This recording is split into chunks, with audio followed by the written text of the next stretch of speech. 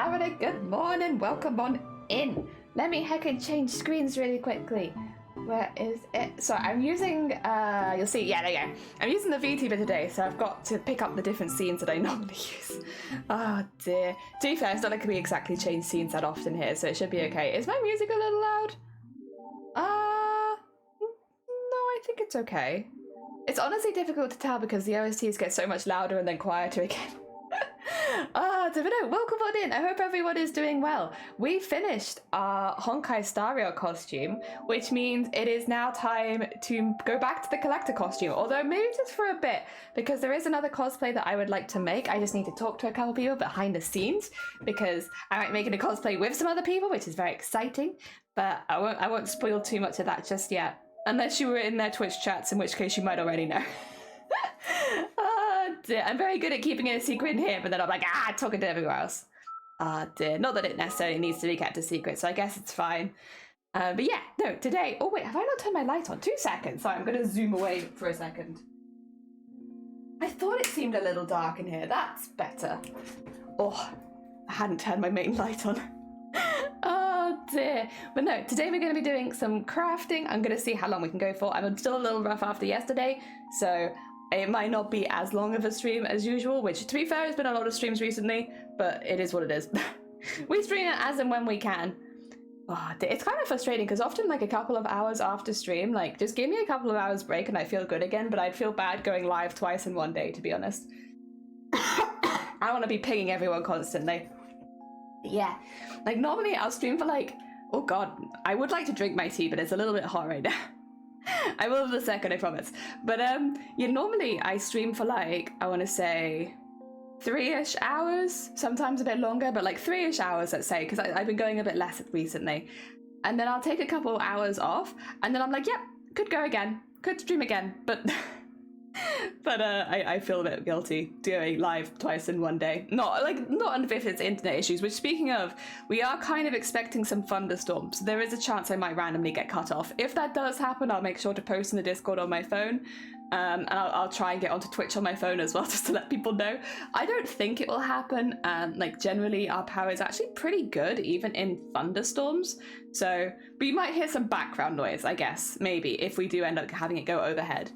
Oh, it's kind of exciting though. We were expecting to have it yesterday, but then it just kind of never happened.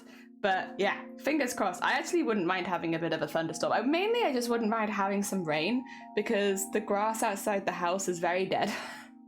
It has not rained, other than yesterday where it did rain a little bit. Other than that, it had not rained for like 3 weeks, maybe longer, not even a little bit, and all the grass is just dead. Dear Cthulhu, good morning. I hope you're doing well. Welcome on in. I was just talking about, I don't know if you're having the same thing, but we've been told to expect thunderstorms this morning. We were also told to expect thunderstorms last night though, and we didn't have any last night. But yeah, I had like a little warning pop up in the corner of my screen saying like, beware thunderstorms in your area, which is quite exciting. Again, I don't think it will affect stream too much. You might occasionally hear some rumbling, and I think that would probably be about it. But yeah, heck yeah. No, my tea is still too hot. That's okay. That's okay. I did just make it, and it's not exactly cold in here. Oh, that was the other thing. Yesterday it got really toasty. I mean, it's kind of warm today. I mean, it's already like 19, which means it's probably over 20 in this room at least. But yeah, it was nice. It was honestly kind of nice. I probably wouldn't have liked it so much if I'd had things to do, but again, finished the cosplay already, so it's not like exactly I have a long list of things I need to finish. So it's just now getting everything sorted for, what do you call it? The VTuber SummerSlam in a couple weeks. Well, actually, it's not even in a couple weeks, is it? It's like just over a week. I swear time goes so quickly. But yeah, I need to prepare for that, which, to be honest, I am pretty prepared for. There's one thing that I do want to do on stream, but I want to let people know that we're doing it ahead of time, so that if anybody wants to be there, they can be. Also, Scott, welcome on in. Thank you for the egg smash. I haven't heard anything, but honestly, as long as everything cools down, I don't mind. Oh, yeah, fair. It is a toasty week. I was looking, because we've been looking to organize the photo shoot for the Honkai Star Rail costume, and getting somewhere nice and early, because earlier in the day it's a lot colder, and that's a really hot costume. There's a lot of layers, It is like with a big winter coat and everything, so it's like, yeah, I don't really want to be out in the middle of the day. Oh my god! Yeah, Yoga hype. Yoga hype. New! Thank you so much for 18 months. Heck, welcome on in. Good morning. That's very heckin' kind of you. And Cyber, good morning. And Atlantic, good morning. Good morning, good morning. I hope everyone is doing well. Welcome on in. I'm just talking about things we've got coming up, and because honestly I've got quite a lot I'm looking forward to over the next month. Next month I do actually have some quite big plans, but I want to keep those relatively secret right now. So I think the mod team's aware, but I'm keeping secret on main just for now because I want to get through VTuber SummerSlam first before announcing anything else. But we have VTuber SummerSlam starting on the 21st, I believe it is. Yeah, 21st, we're doing that for 3 days, and we got a lot of giveaways with that and a lot of fun challenges, and I do have some stretch goals as well, although we will see because it is only a 3-day event, so I've got stretch goals just in case, but yes, we have that. And then we have the Pride Parade afterwards, which I'm not taking part in the Pride Parade just because it is so close to VTuber SummerSlam, and I got things going on. This month is a busy month, but I am helping out as a moderator, so you might see me hovering around on Twitch a little bit more because I'll be moderating for some other channels who are taking part in the Pride Parade on Twitch, and then it's the secret thing. And then it's the thing that I'm not going to talk about just yet, and then potentially another side quest cosplay, but a little bit more chill and background, not quite like the Honkai where it overtook the stream for a couple weeks. It'll be more like, you know, like once or twice a week maybe we'll dip into it. Yes. Oh dear, currently making pink iridescent fairy rings for the Fantasy Forest Festival now. Oh my god, that sounds really that sounds so hype. I love that. I love fairy core, all of that kind of stuff. It's not something that I can really pull off very easily, I don't think, but I love watching other people wear it, like wear proper fairy outfits and stuff like that. Oh dear. The problem is I think I either resting look very confused or very angry, and it doesn't really suit me. But I like it. Oh dear. I felt anxiety just hearing how busy you are. But there are things that I'm excited to be busy with, you know? We will, I don't know if I'll be doing that on stream or not, the rest of it. We'll see. I have been doing some commission work behind the scenes as well. I'm so excited for some, because like we've had one debut recently, but I know that there are at least 3 more. And I'm so excited to share them with you because I'm being good. I'm being a good VTuber artist, and I'm not spoiling it because I don't want to spoil their debuts. But a few people have debuts planned, and I'm so excited. I can't wait to share them. Go to the pink mushroom lady. You know what? I think I would stick to mushroom as well because they're quite dark features. All the pastels, like I love pastels and I wear a lot of pastels, but I'm also aware that pastels kind of wash me out. But I do like them and I refuse to stop wearing them. I can't stay for long. Is the Annabelle? Oh, bless you. Then lunch. I don't know if you'll still be. Oh, bless you. Oh no. Have a lovely day. Oh my god. Yeah. Good luck. Don't get burnt. Suntan lotion. Hydration. Good. Oh, that sounds lovely. Hell yeah. Congratulations. Have a lovely day. Looks like I won't be going to Paris as I still have no one to go with, and the date is getting too close, so things have to be cancelled soon before they can't be. Yeah. To be fair, I'm a bit miffed with Twitch this year, honestly, and a few of the things it's done. I think a lot of people are miffed with Twitch right now, and the things it's done. So I don't feel. Originally, I was kind of sad to not go to TwitchCon this year, but in hindsight, I'm kind of like, as much as I would love to meet more people, because like TwitchCon last year didn't really give me the opportunity to meet everyone I wanted to meet. Just because obviously I was busy for one of the full days, and then the first day I met up with some of the people, and I kind of hoped to meet up with the other half on the Sunday, and then no, I was in one room the whole time. But yeah, I would have loved to go to meet people, but I am also kind of like, Oh, they have a lovely. Yeah, I hope it is a lovely day.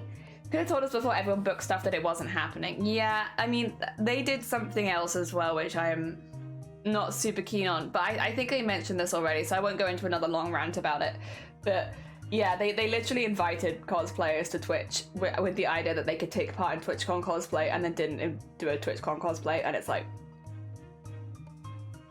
it's a weird thing to do that.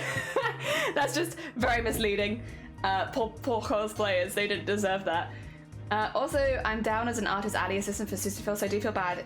She's going to be one assistant short. To be fair, do you think someone else from the community would take it, or is it already a ticket in your name kind of thing? Because I had one of my assistants confirmed, like, I want to say 3 weeks before we went. Because I got given an extra assistant, so I was only going to have one, and obviously that was shiny, but then I got given another one. Oh, it's already in your name. Okay, yeah, fair. Oh dear, yeah, that's a shame. To be fair, maybe someone is just going and could maybe help out if things get busy there. I mean, I kind of hope that they do. I sort of hope as well that this year Artist Alley is in a more prominent position, because although a lot of the artists did do quite well last year, it really did feel very like hidden at the back. It'd be nice if it was, you know, in a proper hall like it normally is, rather than in like a small area. I'm going to assume, I'm actually going to give the benefit of the doubt here and say that it's mainly because, you know, the venue in Amsterdam was like so many small connecting rooms that it was difficult to find a space for an entire artist alley. So we'll actually give them the benefit of the doubt there, because the venue was a little unusual. At least from my experience of cons, it was a little bit unusual. It just felt like a lot of small corridors and stuff, which is not really, it's a good for like a business thing, but for conventions, it's a lot. It's a lot. But yeah, hopefully in Paris this year they have more of a prominent position. And then I am excited to see where they announce it for the next year, because the next year I might actually consider going. Even if it's not like in a cosplay competition kind of vibe, it'd be just to go. But I think next year maybe. It depends. It depends what happens this year, to be fair. Oh dear. Busy. But yeah, we got photo shoot this week, then VTuber SummerSlam, then the Pride Parade, which I'm helping out with but not taking part in, and then 2 secret things for July. We've got a lot coming up. I'm very excited for it. Of course, we are still working on the collector, and I'm still doing commissions behind the scenes. Although I actually do need to close commissions for a moment. Good. I'll remember to do that after stream today, just because I have 2 and then potentially a 3rd coming up, so I will be quite booked up this month. Which is good. That's a good position to be in. Hell yeah. Thank you everybody who has commissioned me for a VTuber model. I do really appreciate it. I'm so glad that people have been enjoying the models that I've been able to make them. It's nice. It's very nice. I wonder if someone else could take... Actually, that's a very good point. Like, what is to stop anyone being like, oh yeah, I'm new, you know, I'm me, you know, don't worry, no, don't worry, that's definitely me. Well, also, because you have like, yeah, you could be anyone. Yeah, why not? Kidding me. I'm not exactly sure how it works, but yeah, it's not like anyone would be missing out, because it would just be, yeah. It's not like someone would be like, you know, what do you call, like stealing money or anything like that, because you're not going and then somebody else can. The ticket's already there. Ah dear, like giving someone your spare tickets at a festival. Like, yeah, someone, you've already bought them, so what's the problem? Yeah, you prove you're connected to the account on your ticket. Do you? Yeah, there's no way they could do that, right? Yeah, exactly. I'm trying to remember how we got our tickets last time. The thing is, the main thing I remember is that, like, in the queue for... this makes sense because it's a streamer event, right? But when we were queuing to get our tickets, like, half of the people in the queue were, like, filming it. So I was just trying to stand behind the person in front of me that happened to be really tall, so that people weren't... Because I was, like, tired. I'd been traveling. I was like, I don't want people to film me when I look like this. But also, like, this is a streaming event, so of course everyone's vlogging. So I was just hiding behind the person in front. And I spent I don't remember a lot else about that day, because I just remember, like, trying to, like, dodge cameras constantly. Oh, dear. Yeah, and then also the affiliate queue was a lot shorter than the what do you call it? The queue, so the queue for people that aren't affiliates or partners, so just like the watchers, the viewers. Yeah, that queue was really long. And so I was waiting for people in that queue, so I just went and sat on the stairs on my own and away from the people filming, and was my friends to get out of their queue. Oh dear. And I was like trying to like follow the shade because it was really hot and I didn't want to get burned. So I don't really remember much about what happened like when we got into the tent. Yeah, to like collect our tickets and stuff. I don't remember how they did that. I think they must have just asked the name and then you say like, you know, I'm a crafty jellyfish. And then they're like, yep, we got you. Here's your ticket.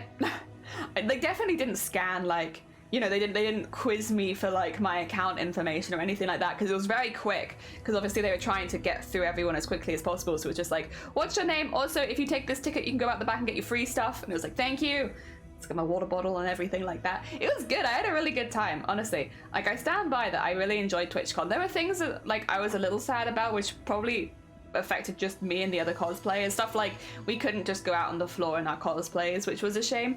But it does seem like that's different this year. It's obviously they don't have a cosplay contest, which is also a shame. But like this year at least, they are allowing cosplay on the floor. So that's cool. So it'd probably mean had there been a cosplay contest, we would have actually been allowed to leave. Whereas, yeah, where we were last time, we weren't allowed to leave. Yeah, it is what it is. That's okay. Oh, dear. Take a little sip. Oh, also, I should say, because I'm sure there are some people that have popped in and they haven't seen what we've been working on most of the time. When we're not... Oh, you can still see the keyboard. You don't need to see that. Is it too bright? That might be too bright, actually, mightn't it? Oh! Is that better? I think it's okay. I think we'll live with it. It's a manageable level. So we've been making little smocking panels. So they're panels where you normally have just a plain piece of fabric and then you knot and gather the fabric to create little patterns. In this case, we're making like a little square pattern with bows in between. When they're finished, it will look like this and it'll have lots of sequins in it, so it'll kind of glow. We need to add the sequins to this one and then we need to paint the two darker ones, which do kind of match the pride flag, which is why I decided not to work on these ones just yet, because they match. And then once the edges are all done and everything's neat, we add a gold trim to the light purple and a silver trim to the dark purple, and it's got like a little embroidery kind of on it, and then a nice dark back. So this is how they'll all end up. And the collector, we are doing a rendition of the collector. The collector is from the Owl House, but we're doing it inspired by 16th century fashion. And so that's why we are using some of these more traditional techniques. And as a personal challenge, oh God, as a personal challenge in this cosplay, I am not going to be using a sewing machine. So everything will be hand stitched top to bottom. I may use other machinery, but I am not going to use a sewing machine, specifically not a sewing machine. Because I did have quite a, you know, it's just one of those things where it's like I kind of, first of all, want to improve my hand skills. Like I want to improve the skills of like sewing and stuff like that with your hands. But then also it does make it a little more accessible to people that don't have a sewing machine, because that was one thing that did get brought up a lot. Even though with the Mateus costume, we did keep it very cheap, because I use the sewing machine so much and I have a good sewing machine. A lot of people are like, well, that's great, but you know, the sewing machine costs more than your whole costume. So, and it's like, yeah, I kind of get what you mean, to be fair. If you don't have access to a sewing machine, that kind of costume would be very hard to make. This one, however, will be hand stitched top to bottom, so no excuses. Literally anyone could make this costume. I'm also using, once again, cheap fabric and making it look better by working into it, by painting it, by doing lots of decoration and stuff like that. So it is just a lining fabric. This is lining fabric. I consistently use lining fabric because it's incredibly cheap and you can buy it at most haberdasheries and most online stores, so it is very available worldwide. But yeah, lining fabric, and then just work into it a lot. You can make a cheap fabric look pretty expensive. Unpredictable, good morning. I hope you're doing well. Welcome on in. I don't think I realized that you're not using a sewing machine on this. Yeah, so that's why we're kind of leaning so heavily into like these sort of techniques, because not only, you know, am I not using a sewing machine, I think this really highlights what you can do with hand stitching. So, you know, there'll be times where I'm doing seams by hand and the hand stitching doesn't really add anything, but with hand stitching you can create things like this, which you definitely can't, like you couldn't do this with a sewing machine. And I guess I'm trying to emphasize the things that you you can do by hand but can't do with a machine, because otherwise what's the point in having this challenge if you're not kind of doing something a little bit more interesting and exciting? So for me, the interesting and exciting bit is the material, like the techniques you use that a machine can't replicate, because like there's no way a sewing machine can do this. Like that's not a sewing machine job. And I don't think there is a machine that can do there. You can do like gather foots, like you can have gathering feet so that you can gather your fabric together, but smocking specifically, I think it has to be hand stitched. I don't think you have the option of using a machine for it, and that's kind of what I'm trying to highlight. I am actually going to turn the main light off because I think having this in the background is kind of like making my lights go a bit kapoof. Like, isn't that better? That's better, right? It's better if I just sit in the dark. Weirdly, yeah, like genuinely, like what the heck? What? You know what? I'm happy to sit in the dark. I'll always sit in the dark. If I turn that off, oh, that's maybe a little too dark now, huh? Can I make it a little lighter? Yeah, why not? We'll work with it. I've not had a flag in my background before, so I'm learning. Dear. You put the picture. Oh, did you? Ooh, let's have a look. Let's have a look. So my Discord is over here. And General Crafts. Oh my god, so pretty. Oh my god, it's so neat. What the heck? Oh my god, I'm very jealous of your patience. Heck, that's so neat. Oh, I love, that's gonna be beautiful. Are you putting like the iridescent like foil in between, or are you doing something else? I'm curious. A machine would have to be made to make just like that, and then it would probably be controlled by a human. Yeah, exactly. That's kind of what I thought. It's like a focus on, because that's why like we're doing embroidered trims, beading, and then smocking. There's a few other techniques we'll get to later, but we haven't started yet. And like they're all ones that you can't use a machine for. They're not. There's no machine that will do that for you, and it's not like you'd have to do it, and you can buy like pre-smocked fabric in some places. It's very expensive, but you can buy it. But yeah, I think it's a nice way of making a very cheap fabric look like a little bit more fancy, is to do something like this to it. So yes, because I am always on a budget. My cosplay budget, small. Is my camera okay today? Am I crazy? Does my camera look kind of like laggy? Are you okay? What's happened to the quality of you? If I go to... So it's gonna look a bit weird, but if I go to this one... Yeah, that's just weird. I'm not sure why that's the case. Like, do you need an update camera? Is that what it is? Are you sneakily telling me, like, excuse me, Jelly, you've not run any updates on me in a minute? Where are my updates? Where is my camera anyway? Like, obviously it's not going to show it. It does need an update. Can I update it while live? If I have it so that... Oh, God. No.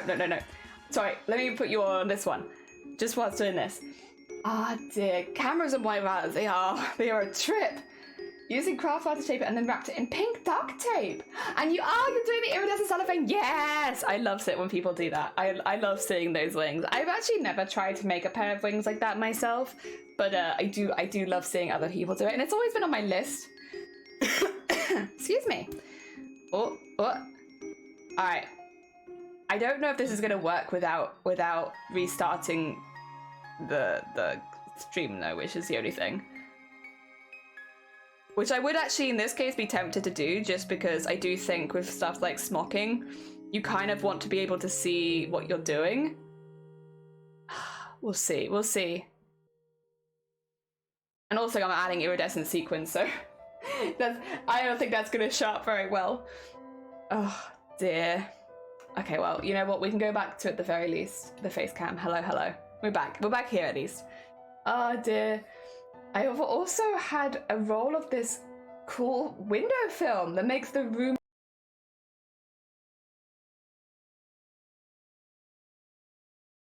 God. Heck yeah, it's always like, we have like a very specific spot downstairs, which sometimes, I don't know what it is, the sun hits it in like a certain way, sometimes it feels like, yeah, you can see like rainbows coming in, but it doesn't happen very often, like it's only every now and again. Like I think since we moved in last year, it's maybe happened like 4 times. Is that better? No, not really. Oh, we gave it a good shot. I did update it, and it did say that it updated, so I'll take its word for it. We gave it a good shot, huh? Alright, I'm going to need 1 needle.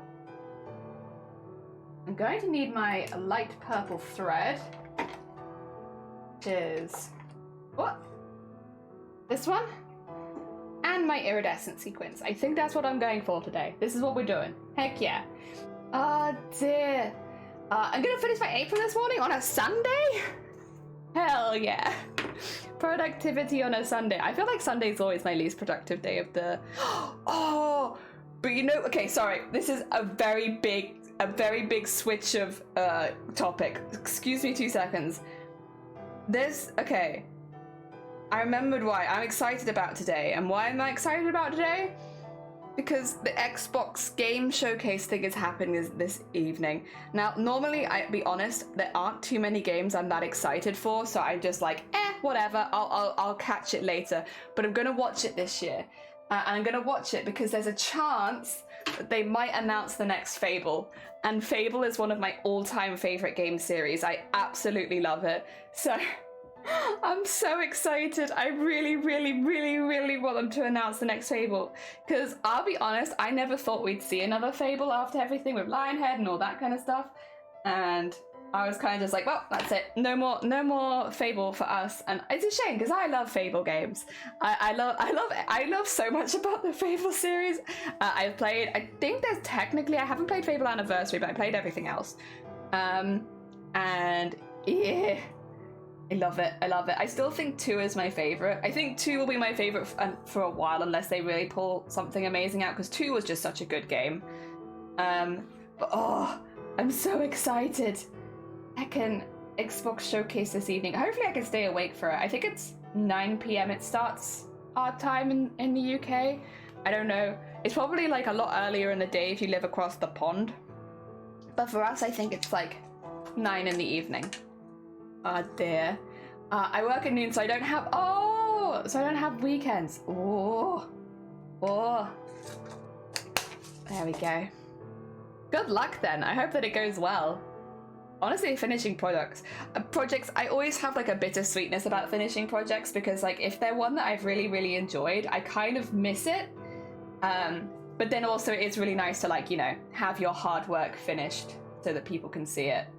But yeah, I always have like a little bit of sweetness when it comes to finishing something. A lot of people get like convention blues, the con blues, when you've been really excited to go to a convention and then it's over. I get costume blues. When I finish a costume, I get a little sad for a minute because I've had a lot of fun working on it and now it's done and I don't have that fun time anymore unless I start a new costume, which is what I normally do straight away. Oh dear. I think it's a lot, for me at least, it hits a lot harder with projects that last a little longer. Like Mateus was, after finishing that, I was obviously really happy to have it done because it was like a really big project and it took like a lot of my life for a long time. But I was also really sad when I finished it because like I had so much fun making Mateus and making it on Twitch as well. It was just a really fun time. I guess it's kind of like finishing a good book. Like you're glad that you've read it and you've had a really good time with it, but you feel like that little emptiness afterwards because it's over? Yeah. I get that with craft projects.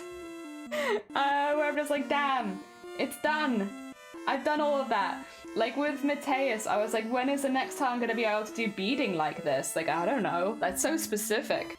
And also, it was such a big goal to work towards it. Damn it. It's really happy, but really sad when it's over. Oh, I'm sure I'll be the same with this one as well. On the positive side though, every time when we do a big costume like that, I do normally learn quite a lot of new skills. So when it comes to designing the next costume, I'm like, I have extra things to incorporate. Like, I want to do more embroidery and more beading. I imagine I will, at some point, I would really like to do another ball gown costume. It's been a while. It's been a while since I did a ball gown. And ball gowns are like a bit of a pain a lot of the time just to like get around in, like, because they're big. They're big. Like, what you gonna do? You've made a massive skirt. Like, it's difficult to walk around conventions, but they are also just aesthetically so cool. I love ball gown costume. Excuse me. So I'd like to probably do another one of those at some point.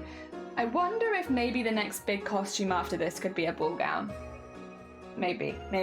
The other thing with ball gowns is they take a lot of fabric, like a hell of a lot of fabric, especially because I often make my own petticoats and undergarments, so the fabric cost is relatively high, I would say. Comparatively to most of the costumes I do, it's very high. I don't know how you can easily make a ball gown on a budget, to be fair. I guess if you're not having to remake undergarments, if you already have the undergarments, that would save you a lot of money. But like, I really don't know where you save money really on a ball gown if you're making it from scratch. Because it's gotta be expensive, like, it's all the fabric. Also, Zay, good morning. Thank you for the horn. I hope you're doing well. Welcome. I'm talking about all the things I'm excited about. We got a lot of stuff happening soon, but a couple of them are secret, so I can't talk about those. But I'm excited about a lot of things. Oh dear. I don't know if I'm excited about the photo shoot, to be fair. So this week we're trying to plan a photo shoot for the Honkai Star Rail costume, because I kind of just want to get it out of the way. That way if it needs any editing or like, mainly it would just be like light fixes and stuff, because we're going to be taking the photos outside, so I imagine there might need to be some fixing with that. But yeah, in case we need to do that, I have a bit of time, because the deadline's the 1st of July, which is sneaking up. Food. I mean, listen, you're not wrong. Oh dear. To be fair, because I'm doing a little bit better health-wise, I actually can I can go out and eat more things than I used to. We can actually go out to restaurants again sometimes and eat food in places, which is nice, rather than having to literally make everything ourselves. So that's exciting. I'm trying to think if we have... I mean, I've wanted to go to... So there's a festival in... where's it called? Caerphilly. The Caerphilly Castle Food Market. I'm always kind of like interested in going. It's mainly for cheese, I think. Am I wrong? Is it Caerphilly cheese? If I type in Caerphilly, is it the cheese? The cheese event? I need the event. They used to do like the big cheese. Yeah, the big cheese. I've been wanting to go to the big cheese, but then the people that went last year said it was a bit underwhelming. So I don't know if I'll go this year or I'll like wait and see. But yeah, I want to go to the big cheese, which apparently is in September. So I've got some time. I got some time to see how it's going. Yes. Excuse me. I think that's the only specifically food festival that I was curious about, was going to the big cheese. I would have to take so many lactase pills, and I'm very lactose intolerant. But yeah, they thought about 20. Welcome on in. Is that the cheese rolling? No, cheese rolling is a different event. That's in England. I'm in two minds about whether I'd ever want to like watch the cheese rolling event, because you have to have like a pretty strong stomach, because someone normally breaks something, and like a lot of the breaks you get in cheese rolling are like through the skin and stuff. Like they're pretty nasty breaks, big dislocations, like limbs just hanging off you. It's a very a very rough sport. So like I'm interested in cheese rolling, but I'm also like, but how interested am I? How much do I want to see all these people with dislocated limbs? I don't know. You haven't been here either? Yeah, like a few people I know go quite often. Like obviously not during the pandemic, but beforehand would go a lot. But yeah, I don't know. Wait, was it banned? Oh no, I see. That's the cheese itself. I was like, it's banned? I don't think so. It's a cheese festival. Oh, they're calling it the little cheese. Oh, is that... Yeah. Instead of the big cheese, it's the little cheese. So in September, Caerphilly's Little Cheese Festival will take place in Caerphilly Town Centre, forming a music event with #1 music areas and lots of cheese. Yeah, lots of cheese. Cheese and music, basically. I wonder what happened with it. Do less people produce cheese now, maybe? Because it used to be the big cheese. Extra corners. I'm interested in cheese rolling, but I don't know. I mean, I have it as, so I wrote like a bucket list when I was really little, and it is on my bucket list to take part in this cheese rolling event one day. But as an adult, I'm kind of like, I don't know. I don't know if I want to like break all my limbs. You know, I'm not sure. If you've never seen cheese rolling, by the way, I think a lot of people here have. I've definitely talked about it before. But if you've never seen cheese rolling, it's like a pretty traditional sport where there is one specific hill in England that they do it down, although I think there are now a few events, but like the original and like the one that most people will talk about is the original event, which happens a couple times a year actually, if memory serves. I can find out when the next one is. Cheese rolling festival. Yeah, it's on Cooper's Hill, that's the one. The first thing that comes up is how to break your bones. Yeah, Gloucester. It's in Gloucester. There you go. There's an annual race, but there are a few races because they have like the under 16s. They have the men, the women's, and the mixed. But the big one is the mixed race where anyone can go. And yeah, where is it? Yeah, Chris is big in cheese rolling. No, I don't want the winners. I want when's the next event? When can I take part? When is it? Has it already happened? Maybe it's already happened this year. Oh, in May. Okay, it happened in May. Right. Okay, so we just missed it. We'll have to wait till next year, guys. Oh dear. The Tarboro Festival's on my bucket list to see. The UK is crazy. We do some unusual ones. Cheese rolling in particular has a bit of a reputation because it's pretty bad. Like, well, no, it's good, but like, it's a very injury-prone sport. Like, a lot of people get very seriously injured in cheese rolling, and like, because there's only one main event a year and so many people get injured every year, it's like, it's got a pretty, like, the percentage of people that get injured during the sport is crazily high. And the kind of injuries you get are pretty bad. They're pretty bad. Can I get cheese rolling injuries? I want to see the... Oh, did we have any from this year? Notoriously dangerous. Oh my god. Oh, the first, yeah, there were casual. No one dies. No one's died, but yes, people do often get carried away on stretchers. Yeah, big head bumps. Head bumps a big one because so once you start going down the hill, it's difficult to explain how steep this hill is. Like, it is difficult to traverse this hill like regularly. Like, you can barely get down it. So when I say these people are throwing themselves down the hill, they are literally throwing. And because of that, a lot of head injuries, so a lot of concussions every year. The dislocations as well, because you're like ragdolling basically down a really steep hill. If you've never seen it, you'll find lots of videos of it on YouTube. But yeah, people come from all over the world. Yeah, we do sometimes get international winners.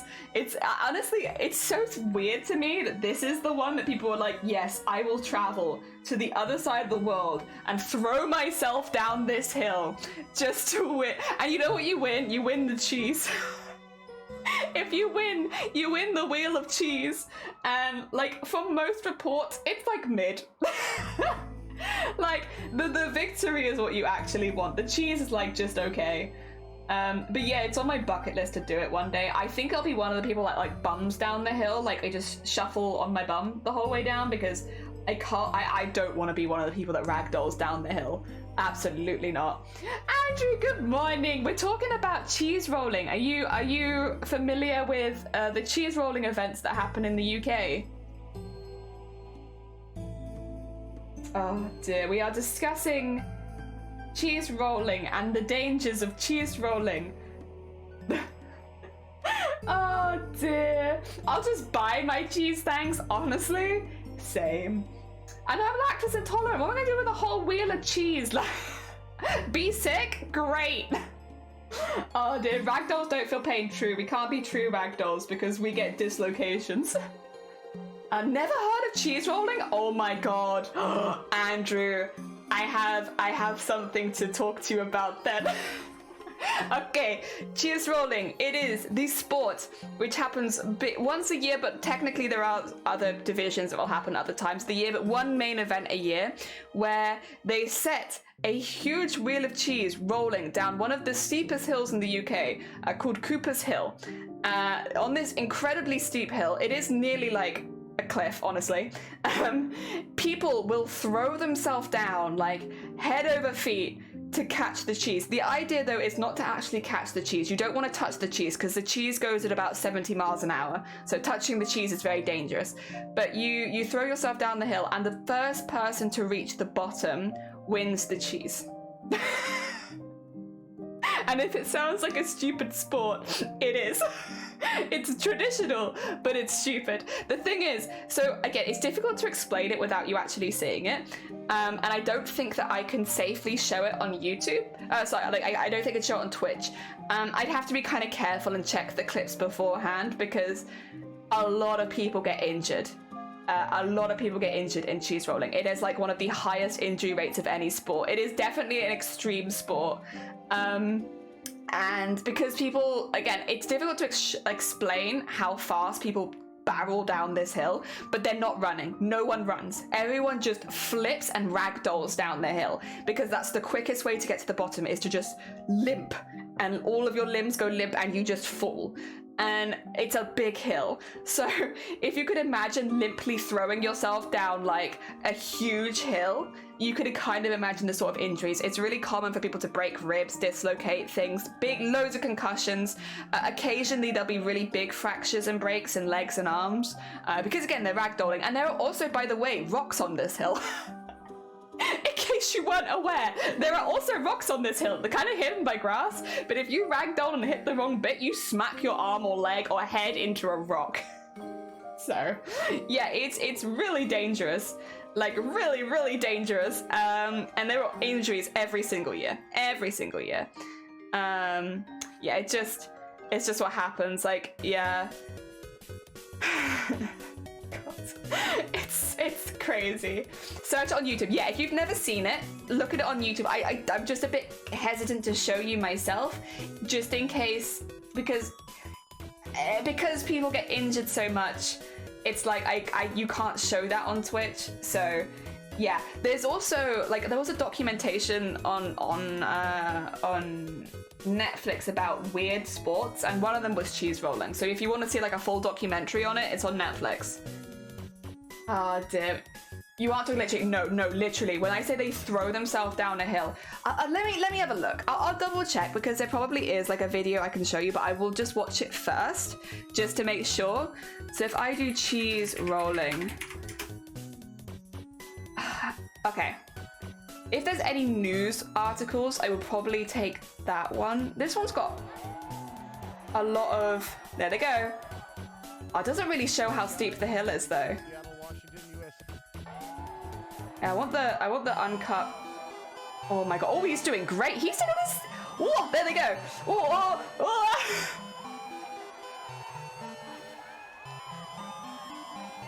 All right. I think I can at the very least show you the start of this one, and it'll give you an idea of what it's like. How do I add this so that you can see it? If I do this and do this. And then, oh, no, don't start it yet. I want to hold off here, and then there. And then I want to capture this. Sorry, please excuse me, I am noob. If I go to...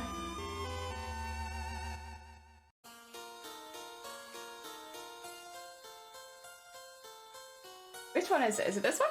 Yeah. Okay. Hey, okay, we got it, you can see it. Okay. Are you ready? Let me just quickly... Oh god, sorry. I just want to turn that off so you can hear it, because I want you to hear everyone cheering for them, because that's kind of important. There you go. All right. We're skipping. Oh, I guess we could see this guy. This is an American, I think, taking part, and they interviewed him.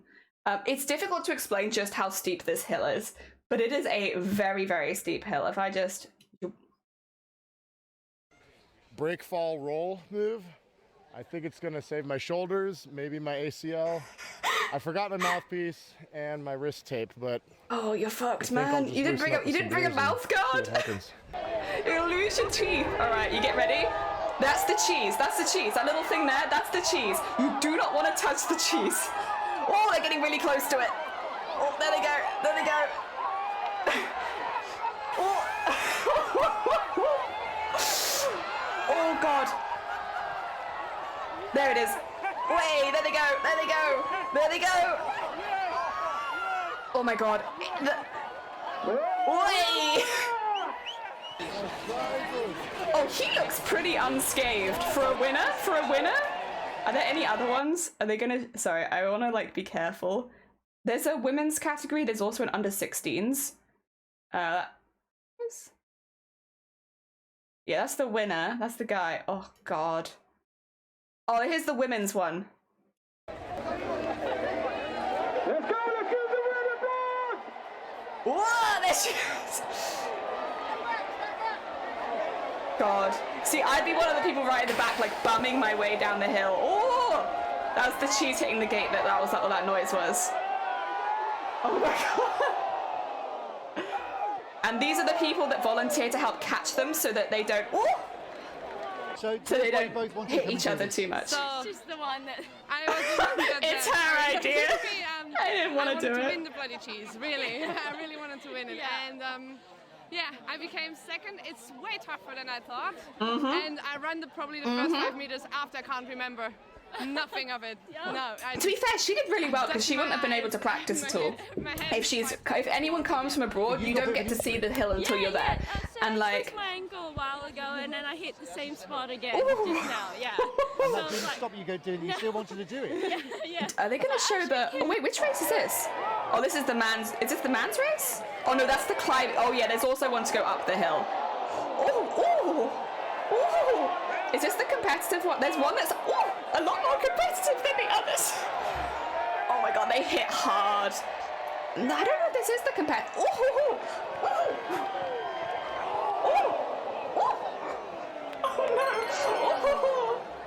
Oh my God. Jelly, welcome. Welcome on in. Jelly, are you familiar with cheese rolling? I'm just introducing my chat to an old British sport called cheese rolling.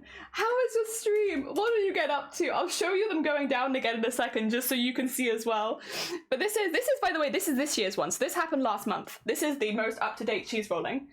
Oh my God. It's always the same hill. It is. It's Cooper's Hill. That's very important. I hope there isn't an over 60s. I think there are some relatively old people that take part, but for the most part, no. It's not like there's a separate category, but there is an under 16s.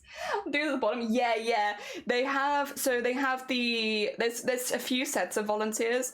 They have like the guys that you're seeing in black who basically stop people going too far because otherwise they'll go into the crowd, because what the camera isn't showing is that there is a crowd at the end. So you stop them so that they don't barrel into other people. And then you have the people getting them out the way so that they don't get hit by anything else coming down the hill, any debris or other people. And then you have the paramedics that are always on site because otherwise, and police as well. Police and paramedics in case there are any like really bad injuries, who will immediately take them to the hospital.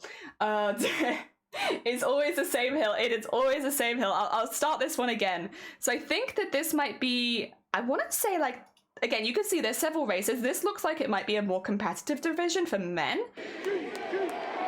So there we go. Yeah, because they're like, some of these guys are clearly used to like throwing themselves down this hill. Like they've got it. Oh God, they hit hard though. It's like in Italy. What? The cheese. Oh, did you not see the cheese? The cheese does go at about 70 miles an hour, so it does go pretty quickly. Oh God. There's the cheese. I saw it. Oh. Whee! Oh my God, yeah, they are. Oh, he nearly made it the whole way down. He did so good. Good job. Wow.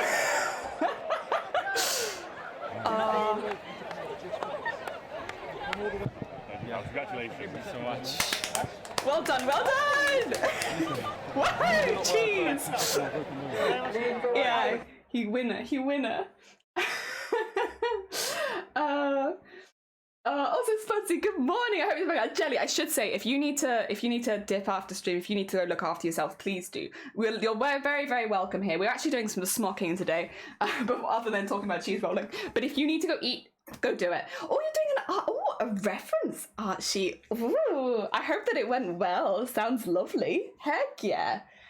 Dirty bones can break for the season alone rolling down a hill. I'm very new to streaming, so it's taking me a bit to adjust. Yeah, it is a bit of an unusual, like, the socializing is different. Like, I guess it's a lot of talking, it's a lot of like multitasking, but it's kind of like, if you're doing art, it's almost like like meeting for coffee and like having an art session. It's pretty chill.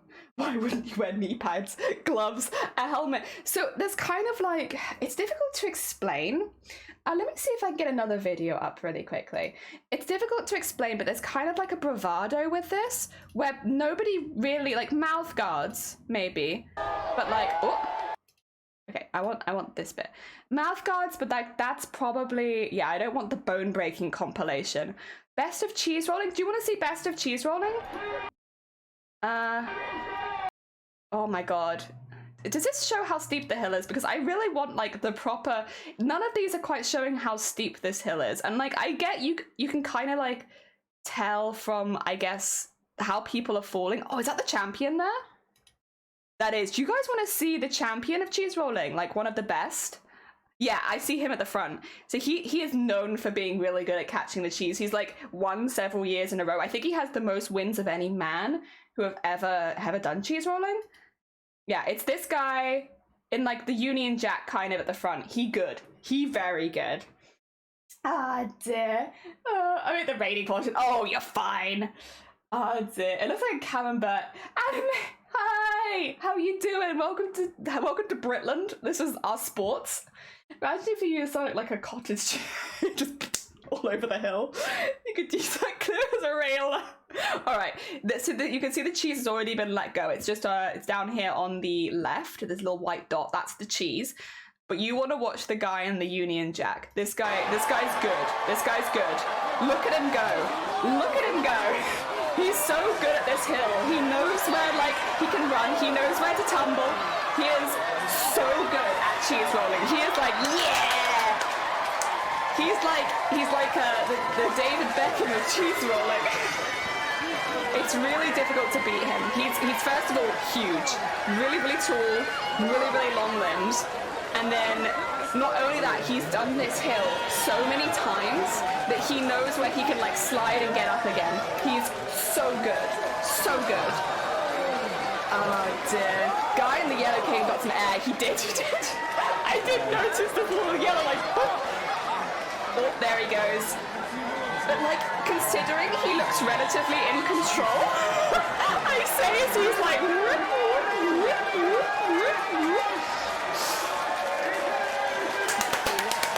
yay! Good job! Look at you and your cheese. Hell yeah. I don't want to watch the rest of them, but good hecking job. Very well done. You know, that's professional cheese rolling action right there. I hope that's given you all a bit of a better idea of what cheese rolling is. Oh dear. Be a little careful if you are searching up videos, because there are like bone breaking compilations and like compilations of people getting injured. Also, sometimes the winners sustain pretty bad injuries. So I remember like there's one of the women who had won after dislocating her collarbone, and she still stood up and like, you know, waved her cheese, but like her shoulder was in her back. So like sometimes that's why initially I was like skipping talking to the winners just in case, because sometimes the winners also sustain pretty bad injuries and they will just be on camera with like bits misplaced on them. Oh dear. Have fun drawing candy. Also, the sport looks interesting. It's super dangerous. It's a very traditional British sport, and people come from all over the world to take part. It was last month, so it's like happened just recently. But I wouldn't necessarily recommend it, and I would recommend checking out Cooper Hill before signing up, because it is a steep hill, like super steep, and there are rocks in it. Oh dear. Stare at the cheese. Doing it. Oh, you're a bit. I'm sorry to hear that, Anime. Heck, a game purchase went wrong, and I didn't. No. I'm assuming there's no like helpline you could email or anything about it. Heck, that does suck. Oh dear. Oh dear. He was actually, yeah, sprinting. Like, he's good. He is known to be good. You'll see him, if you're, like, watching lots of compilations, you'll see him pop up a few times, because he's won many, many times. Oh, dear.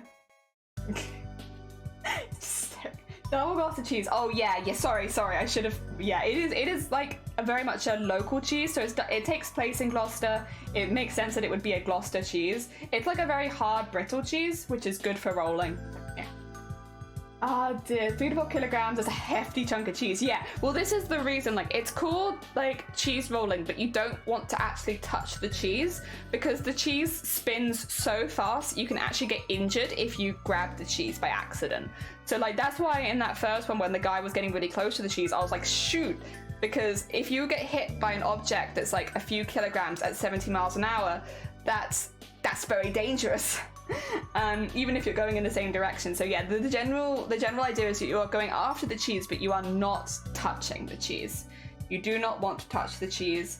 It's very dangerous. Fitting the form together, but I'm so confused on one little thing. Heck.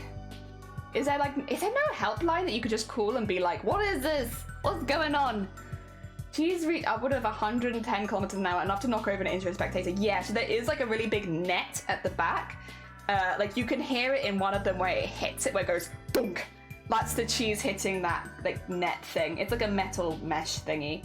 Yeah, and then they collect the cheese because the cheese is also the prize. I could, but I don't like call. Oh, fair. I do everything on the phone because I get confused so easily by forms that I'm just like, well, I'm never gonna fill this in right. Let me just call you. Oh, there. But I also used to work on a phone, so it's like, I'm probably not quite so anxious about phone calls because I've been on the other end of it. Oh, dear. Yeah, cheese rolling, 10 out of 10. But maybe be careful of not taking part. Because, yes, or if you do take part with extreme caution. Because you don't want to... You know what you're getting in for, which is probably having to take some time off work to recover from injuries, you know? Like, if you were on holiday to the UK, I wouldn't suddenly decide to take part in cheese rolling, because it will probably knock you out for the rest of your holiday. Yeah. Oh, dear. One day, though, I would like to be one of the people just, like, bumming their way down at the back. I'm not looking to win. I can go to, like, Asda and buy my cheese. But I would like to, like, have the I did it. I did cheese rolling once. Oh, dear. I'm gonna have to call the ferry company to cancel my ferry to Paris because they won't let me cancel one despite getting a flexi ticket. Ugh. Yeah. Heck. Oh, dear. I mean, that sounds about right. That sounds about right, unfortunately. You have phone anxiety. A lot of people I've noticed have a lot of anxiety with the phone. Oh dear. Yeah, I get it. It seems like a pretty common thing, honestly. But it sucks to have because there's so many things you have to do over the phone still. Personally, I prefer doing stuff over the phone because I have the same anxiety with like filling in forms online normally. So like when I can do stuff over the phone, I feel better about it because I know that my tone won't be misread or anything like that. I guess that's the thing is like when you call someone, you can kind of tell by their voice if they're happy or annoyed and stuff. And I like being on the phone because then people know that I'm not angry or I'm not annoyed or anything like that. So it helps me get my emotions across without using emoticons. Because that's why I use so many emoticons when I chat with people online. Because I'm like, I just don't want to think anyone to think that I'm pissed off or anything. Oh dear. I get very anxious about that. So that anxiety is probably the same, but for a different thing. For phones, I'm happy to do it. Love phone calls. Hate messaging, comparatively. It just, well, I wouldn't say I hate it. It just gives me a lot more anxiety. And I feel like I have to emote constantly so people don't think I'm mad at them. Oh, dear. Gotta train for the role. Well, they do. They do. So, again, if you're curious, there is, like, I can't remember what it's called. There's a documentary.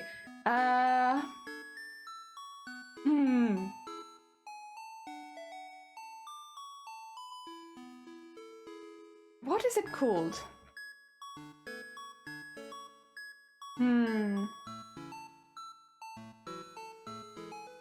Oh my god. Oh dear. Oh yeah! Okay, so this year, the person who won the women's race, sorry, I think I did hear about this.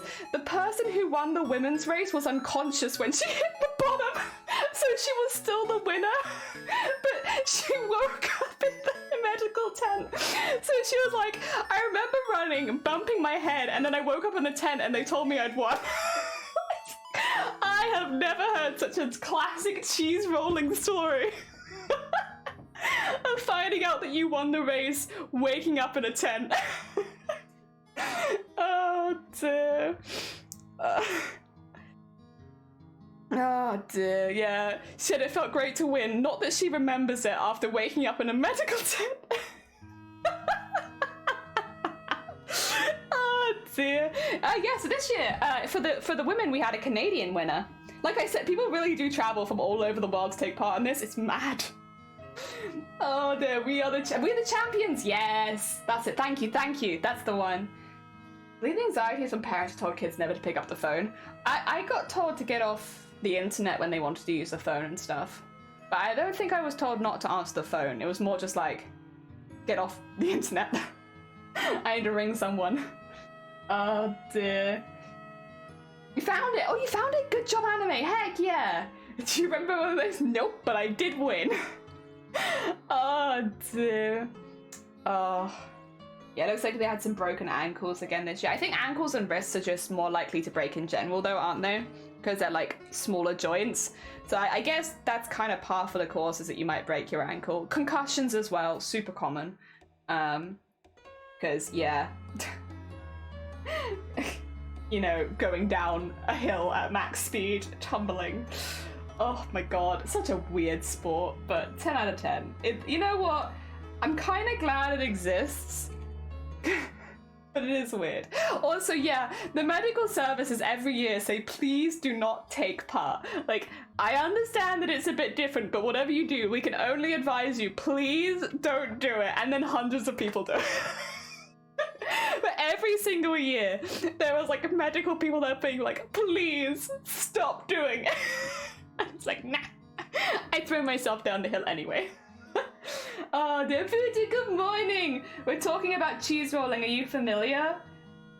It's a very traditional sport in the UK, specifically taking part on Cooper's Hill in Gloucester, where people will roll a cheese down a hill at about 70 miles an hour.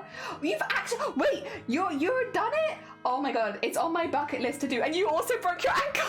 It seems like that's one of the most common injuries. Congratulations on doing it though. Was it worth? Was it worth to say that you'd done it? Hell yeah. Oh my god, I've never actually spoken to someone who's taken part. No. You didn't win. No. Oh dear. Yeah, we were talking about it because obviously it happened last month, so there's a lot of news stories still circulating about it. And there's just a really funny story from the women's winner, the person who won the women's race, who was unconscious when they hit the finish line. So they woke up in a tent and were like, "You won!" Oh my god. Yeah, I think they got a concussion. And they knocked themselves out for a bit.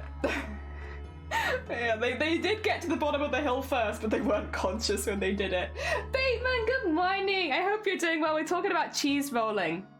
When are we all going to go cheese rolling, Bateman? All the Welsh beans. When are we going to go to Gloucester next year and fall down a hill? Why am I not surprised, Voodoo? You didn't win. Listen, would you do it again?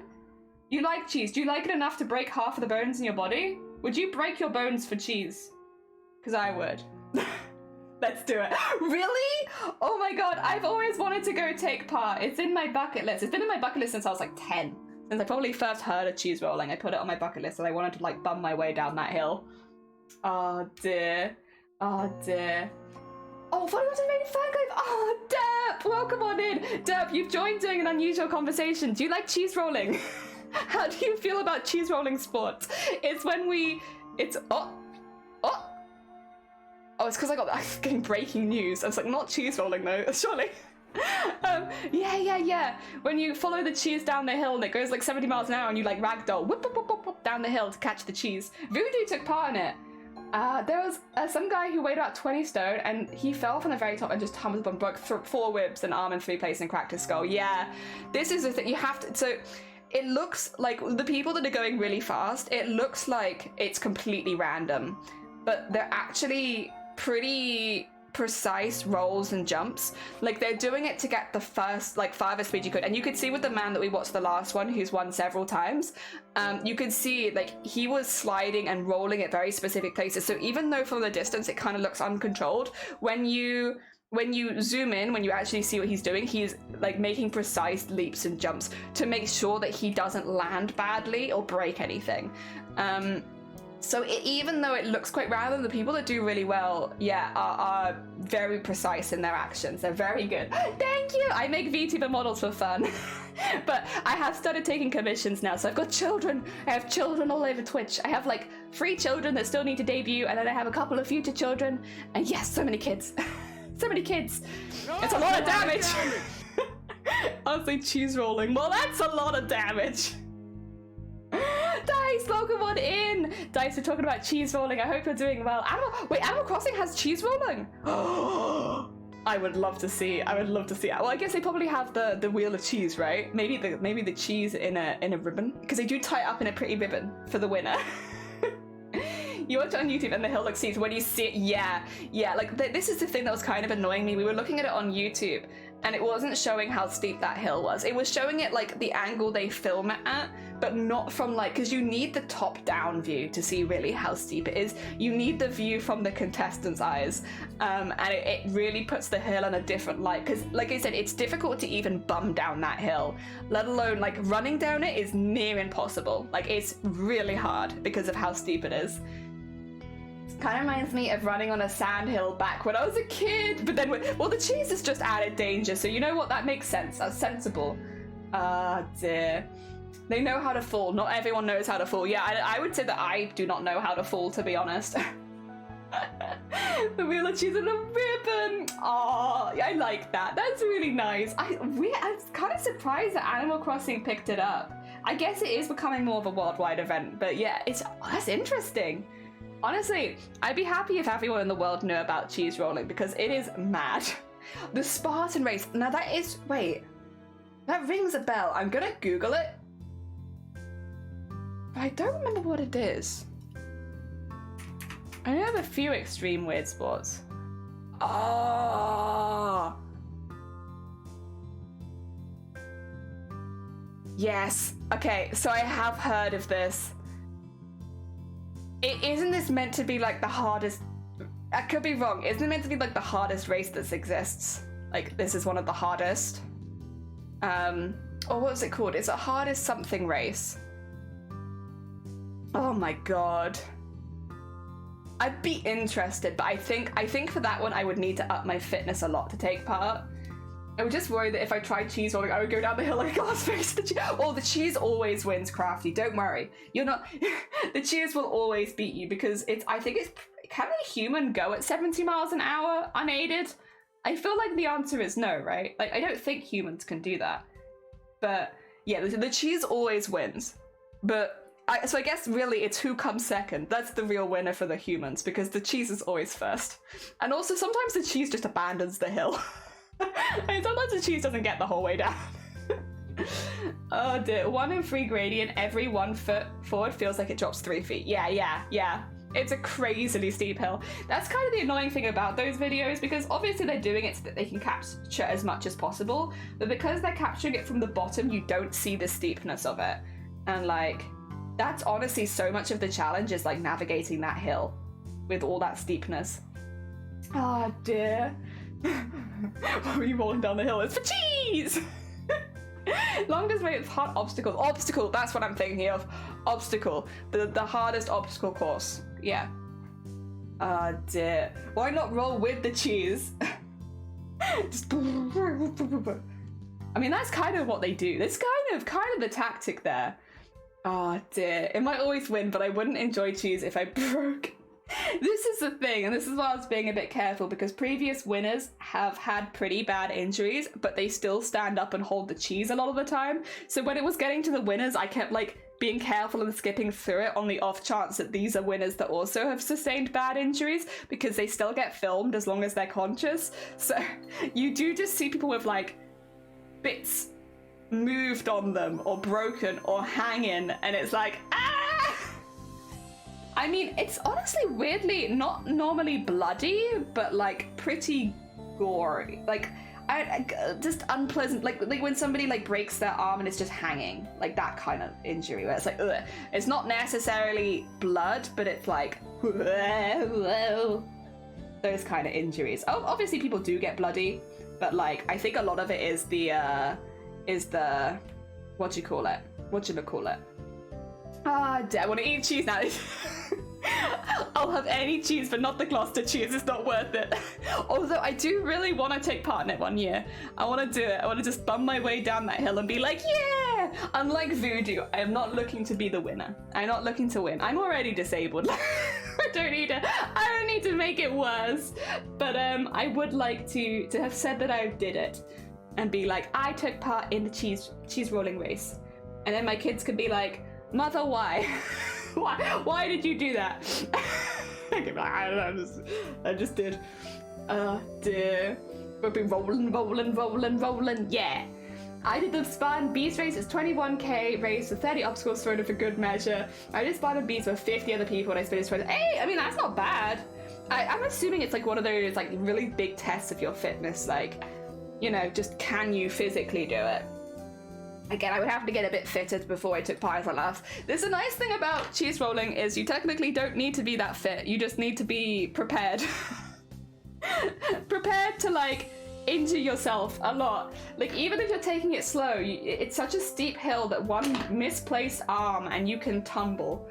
So yeah, just have to be prepared that you may hurt yourself. Take some, maybe preemptively take like a week off work afterwards just in case. Yeah. Imagine there's another challenge where they have to hold the cheese while they're rolling, and whoever holds the cheese, this is sounding more and more like Takeshi's Castle. That sounds like something they do to contestants on Takeshi's Castle, right? Oh dear. That was another thing that I watched it as a kid, because it was always on like 6:30 in the evening, so I would watch Takeshi's Castle and be like, parents, I wish to do that, and they'd be like, child, no. We don't need those kind of medical bills. Absolutely not. Oh dear. Oh, like, parents, I wish to do this. Child, no. Oh dear. Oh. There's a race here in New Zealand where the competitors have to do 1 hour to do a lap. If you don't make it out, and they just keep going until only one person is left. I think it went like 72 hours, and people started, oh my god. That is very hardcore. See, that's another one that you'd need fitness for, right? Oh dear. The race I really, really want to do is the Isle of Man, but I don't have the skill on the bike. See, I would love to visit the Isle of Man, but I'm not too fussed on racing around it, but I would like to visit it one time. They also disable chronic ankle pain and autism and Crohn's for me. Heckin'. Well, welcome to the disabled bucket.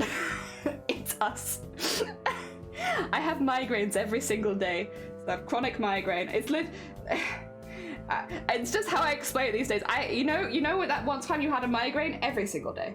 Every single day. Although I will say I have been getting a lot better recently, which is really nice, because it's been 7 years and it's about goddamn time. Like, how am I gonna throw myself down that hill if I have migraines? Oh my. Also, I think if I went to my neurologist and I was like, I have had another concussion, they'd be like, Jelly. Jelly. You know, all of this stuff is really bad. You're really bad for your migraines. I'm like, I gotta throw myself down a hill. My neurologist will kill me. I'll be like, you know what, we're just gonna put this one out of its misery. It's like when they went in, they were like, Jelly, have you had any traumatic head injuries in your past? And I looked them dead in the eyes and went, no. I've had like 8 concussions, guys, like in my life. I've been very unlucky. I've hit my head really badly a lot of times, and when I had a brain scan, they said they could tell, and I looked my doctor dead in the eyes and was like, I don't remember any. And I had to call them back because I talked to my fiance afterwards and he was like, Jenny, you've had so many concussions. And I was like, oh, you're right, I forgot. I had to call them back and be like, I've had like 8 concussions, I'm sorry, I lied to you. I looked you dead in the eyes, I told you I'd never had a head injury. Oh dear. Heck. Oops. So yeah, well next time, if I get any more, I think my neurologist will just kill me. I think that'll be it. They'll be like, please stop throwing yourself off things. You've had enough. Oh, the Takeshi's Castle was amazing. By the way, it's the Comrades Marathon, possibly the only race oh really? Heck yeah. Oh good. Are you taking part or you volunteering? Or are you just watching? Heck yeah. I've never heard of Takeshi's Castle. Takeshi's Castle was a really old-fashioned game show where people would do like a lot of physical activities that were like silly with a twist. Stuff like kind of like Wipeout but with less, like if you've seen Wipeout, it's like that but with less health and safety and a lot more mud. Yeah. And some of them were like word games, but like with a lot of physical elements, whereas others were like purely like jump from platform to platform and avoid the slippery mud kind of thing. So yeah, it's kind of like Wipeout with no health and safety. And mud. Lots of mud. If you told me anything, head injuries are cured by head injuries, right? Yeah, that must be how it is. Wear a gum shield. I have a gum shield. Do not worry. Do not worry. I actually still have one from rugby and stuff. So, yeah, small, very small known fact about me. I did actually once used to be captain of a rugby team when I was little. And so, yeah, I still have all of that kind of stuff from back in the day. Oh, dear. Although I might actually buy a new one, to be honest, because I did have that one for a while. It's probably, even if I wash it, it's probably a bit grim. It was good though. It was a good gum shield. Sort me out. That's actually also weirdly not where any of my concussions came from. They all came from other stupid. All of my injuries are stupid, and like, yeah, a couple of times it was fainting, and like, you know what? That's just very unfortunate. Like if you faint backwards on hit the back of your head really hard, because you do kind of just go straight down. Yeah, like there's always a chance you'll give yourself a head injury. So the couple of them have just been bad luck. But the ones where it's not been fainting, I look back and I'm like, I was just an idiot. I was just very stupid. Huh. I just wasn't paying attention. Oh dear. Also strap your ankles, yeah. Oh, I will do maximum safety. I think if you're going down that hill and you don't have a gum shield, like what are you doing?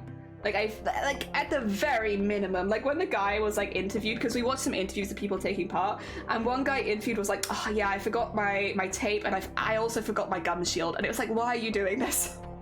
Like, how expensive do you want your next dentist appointment to be, like, sir? do you understand what is about to happen to your body? Like, oh my god, just leave off a year, come back next year. Oh dear.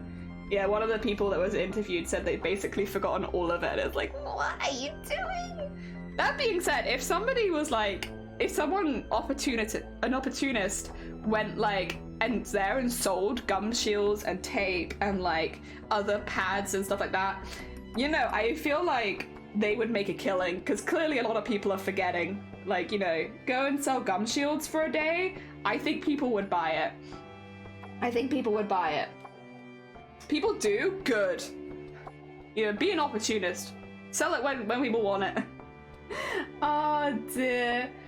Gonna shuffle to bed, or honestly, have good bed. Good sleep. Good sleep for you. Take care. Thank you for popping by, 20. Oh dear, this is not a sitcom. Losing teeth is not funny. Not funny and very expensive. Oh dear. People do, yeah. Oh, and they also sell first aid kits. I think that's good, but most of the vendors there are selling local made beer, which is, I think that's also quite important. If you're about to throw yourself down a hill, being slightly under the influence might not be the worst. Unless you're trying to win, in which case, you know, you go for it. Need some inspiration. I have a bunch of bees on my project, and I'd love to take a boo-boo. I don't know, do you have a cute idea for me to make? I mean, I know that you've been doing a lot of Genshin stuff, but do you remember, you know, like the little like wind signs, the little like rock signs and fire signs where they're like just the little symbol in the circle? If you had them in the right colors, could you make like little Genshin doodads. I don't know if you'd want to do Genshin though, because you're doing so much else that's Genshin, but I feel like they're like bulbul shaped already. Oh dear. Do people drink when rolling cheese? I assume yes. I mean, it's probably also not, you know, it's probably also not advised because you do want to have some physical control, but at the same time, they do call it like, what do you call it? Liquid confidence. And you are about to throw yourself down a very steep hill. So although it's probably not advised, I expect a lot of people do, yes. Also, there's a big drinking culture in the UK, so that wouldn't surprise me. Oh dear. You ever notice that when you're drunk and full, it doesn't hurt at all, but in the morning you sober and you're in agony, so the vendors are onto something? Oh dear. I don't think I've ever fallen over while drunk, to be fair. I have been a little overly tipsy a few times, but I don't think I've ever fallen over. I have, however, lost my wallet, my phone, my cards, my keys, and all of the important stuff. I have had that happen a few times, but I don't think I've ever fallen over. I just lose everything. I'm that kind of drunk person who's just losing everything. Oh dear. Oh yeah, I might be able to do hydro cryos. Did you have one in blue? Yeah. I mean, obviously, there's many other things you could do as well. It's just because I already know that you enjoy Genshin. It's like, that's the thing that comes to mind that already kind of is bulbul shaped. Oh dear. In the future, it might be like a nice little keepsake after you finish Venti and you've done them at a competition or something. It might be like a nice keepsake for Genshin. I fallen into the back of a police car and threw up. Oh, through the window. Oh god. Heck. Oh dear. Oh look, Dice, have a lovely look. Maybe Dice, you've watched Takeshi's Castle. Actually, how can you, does anybody know how you can physically watch Takeshi's Castle now? Is it on YouTube? I feel like it's old enough that you might be able to watch it. The quality might not be that high, but I also don't remember the quality of the original broadcast being that high either. Yeah, I always wanted to take part in Takeshi's Castle. I don't think it's physically a thing anymore, and I think it's probably like health and safety and stuff would probably make it so that you could only, what do you call it? Do the, like, more Wipeout style where the water is clean and stuff. Oh dear. Another race I did was bog snorkeling. Yeah, you know, I've been around enough bogs to know that I never want to go in one of those on purpose. That's, ugh. Nah, I got cancelled back in the 90s, yeah. It's like, I think it would be physically impossible for me to take part in it, but I like the idea. I do probably, you know, like, they set up those, like, inflatable courses sometimes. I'll probably just keep an eye out for one of those and maybe try that one time. I'm quite lucky as well, because it's not super close to me, but there's a couple in Wales, in South Wales, of like adult play centers where it's basically like the big play centers, but there's a bar in it, and they're like a bit taller, so they're like suitable for adults. Yeah, so like if you go like in the evening, you can go to like an adult play center and like run around in the ball pits and stuff. It's a small thing, but it used to make me really happy. I would like to do that again at some point. The one time I was extremely drunk, my sister told me I called my grandma to tell her I was drunk. I do not remember this call, nor anything else that happened that night. Ah, dear. Another one is, it's not in Cardiff. Sorry, I'm saying South Wales vaguely, but it is not in Cardiff. You're gonna say every single town now until you find it. And I've been multiple times, and it's been really, really good, but it's not in Cardiff. Oh, dear. Thank you! I see what I could do with it, but it's a nice side project. Yeah, why not? I mean, obviously, when it comes to beading, you could really make anything. If there was something that you wanted to make, I'm sure there's kind of a way you could do it. Have I ever taken part in cheese rolling? No, but I want to. It's on my bucket list to do it. Oh, what am I doing? Oh, this is smocking. Let me show you another piece, because this piece is nearly finished. It's the manipulation of fabric to make patterns, as smocking is. This is kind of what it looks like before I do all the added detail to it. So this is like an unfinished piece of smocking, but you can kind of see it a bit easier, like where I've tied all of the knots in the back. So it's like knotting a piece to a piece here, here, here, here kind of thing. So it makes this pattern in the front. And then once you've got that pattern in the front, you go through and you stitch like bows into it so that it becomes a little bit more square, and then once the squares are done, you snip it out and then you add the sequins, and then once the sequining is done, you seal the edges with some bias tape and some embroidery and some extra little beads and stuff, and then you get like this. Oh, and I do little embroidery in the middle of them. It's a very long process. Each one of the big ones takes about 25 hours to make. So I do have a larger one that isn't edged yet. Is it this one? No, it's this one, right? Yeah, this is the really big one. So this took about 25 hours to get to this point. And yeah, it's a very slow process, but it's worth it for the end result. And you get like, it's a good way of making very cheap fabric that's like lining fabric look really special. Yeah. So that's why I do it. Yes. Make my fabric look special. Heck yeah. Have you heard of Golf Fang? New mini golf place? I have not. But I did know that Cardiff was going to get a new one. I don't go to Cardiff very often, to be honest, because it's kind of well, to be fair, we live remote. Everywhere is a bit of a travel. The public transport systems in Wales are something. But yeah, we don't go to Cardiff very often, but I had heard that there was something new happening. Wait, 25 hours, yeah. This is the thing, it's like, it's a really fun technique if you use it either for a small piece or if you've got a lot of time. And I have a lot of time, so I can do it. But I don't like people not to be aware of the sort of time that this sort of thing takes. Also, the reason is for like commissions, because like, oh God, where is this? Oh, there we go. Like, a lot of people see this kind of stuff and they're like, how much would it cost to commission? Well, if you bear in mind that each strip takes 20 to 25 hours, and I would want to be paid at least like a specialist, so at least 15 quid an hour, you could do the maths. This costume would already cost thousands of pounds. Yeah, and I haven't even finished one piece of it yet. Yeah. But try to be transparent about it. Oh dear. Cardiff is shit. I mean, I lived in Cardiff and I actually kind of liked it, I'll be honest. Out of all the cities I've lived in, Cardiff is actually pretty good. It has problems, as any city does, but I don't think that it's, like, comparatively to a lot of the other cities I visited, it's actually pretty good. Oh dear. Wait, you're South Wales? Yeah, I'm South Wales. I'm not going to go more specific than that, by the way, just because of safety. But yes, I live in South Wales, but not in, like, yeah, not in Cardiff, that's for sure. Oh dear, how many strips do you need to... I don't actually know. How many strips have I done? I can get them all out quickly. I've done quite a few, but a lot of them are in states of like being half done or still needing edging and stuff like that. So there is 18 in total, but they're all different sizes, and I've done like vaguely some part of 1, 2, 3, 4, 5, 6, 7, 8, 9, 10. So I'm just over halfway. Probably halfway if you include that all of these haven't been fully finished yet. So about halfway. Your valleys. I'm so sorry.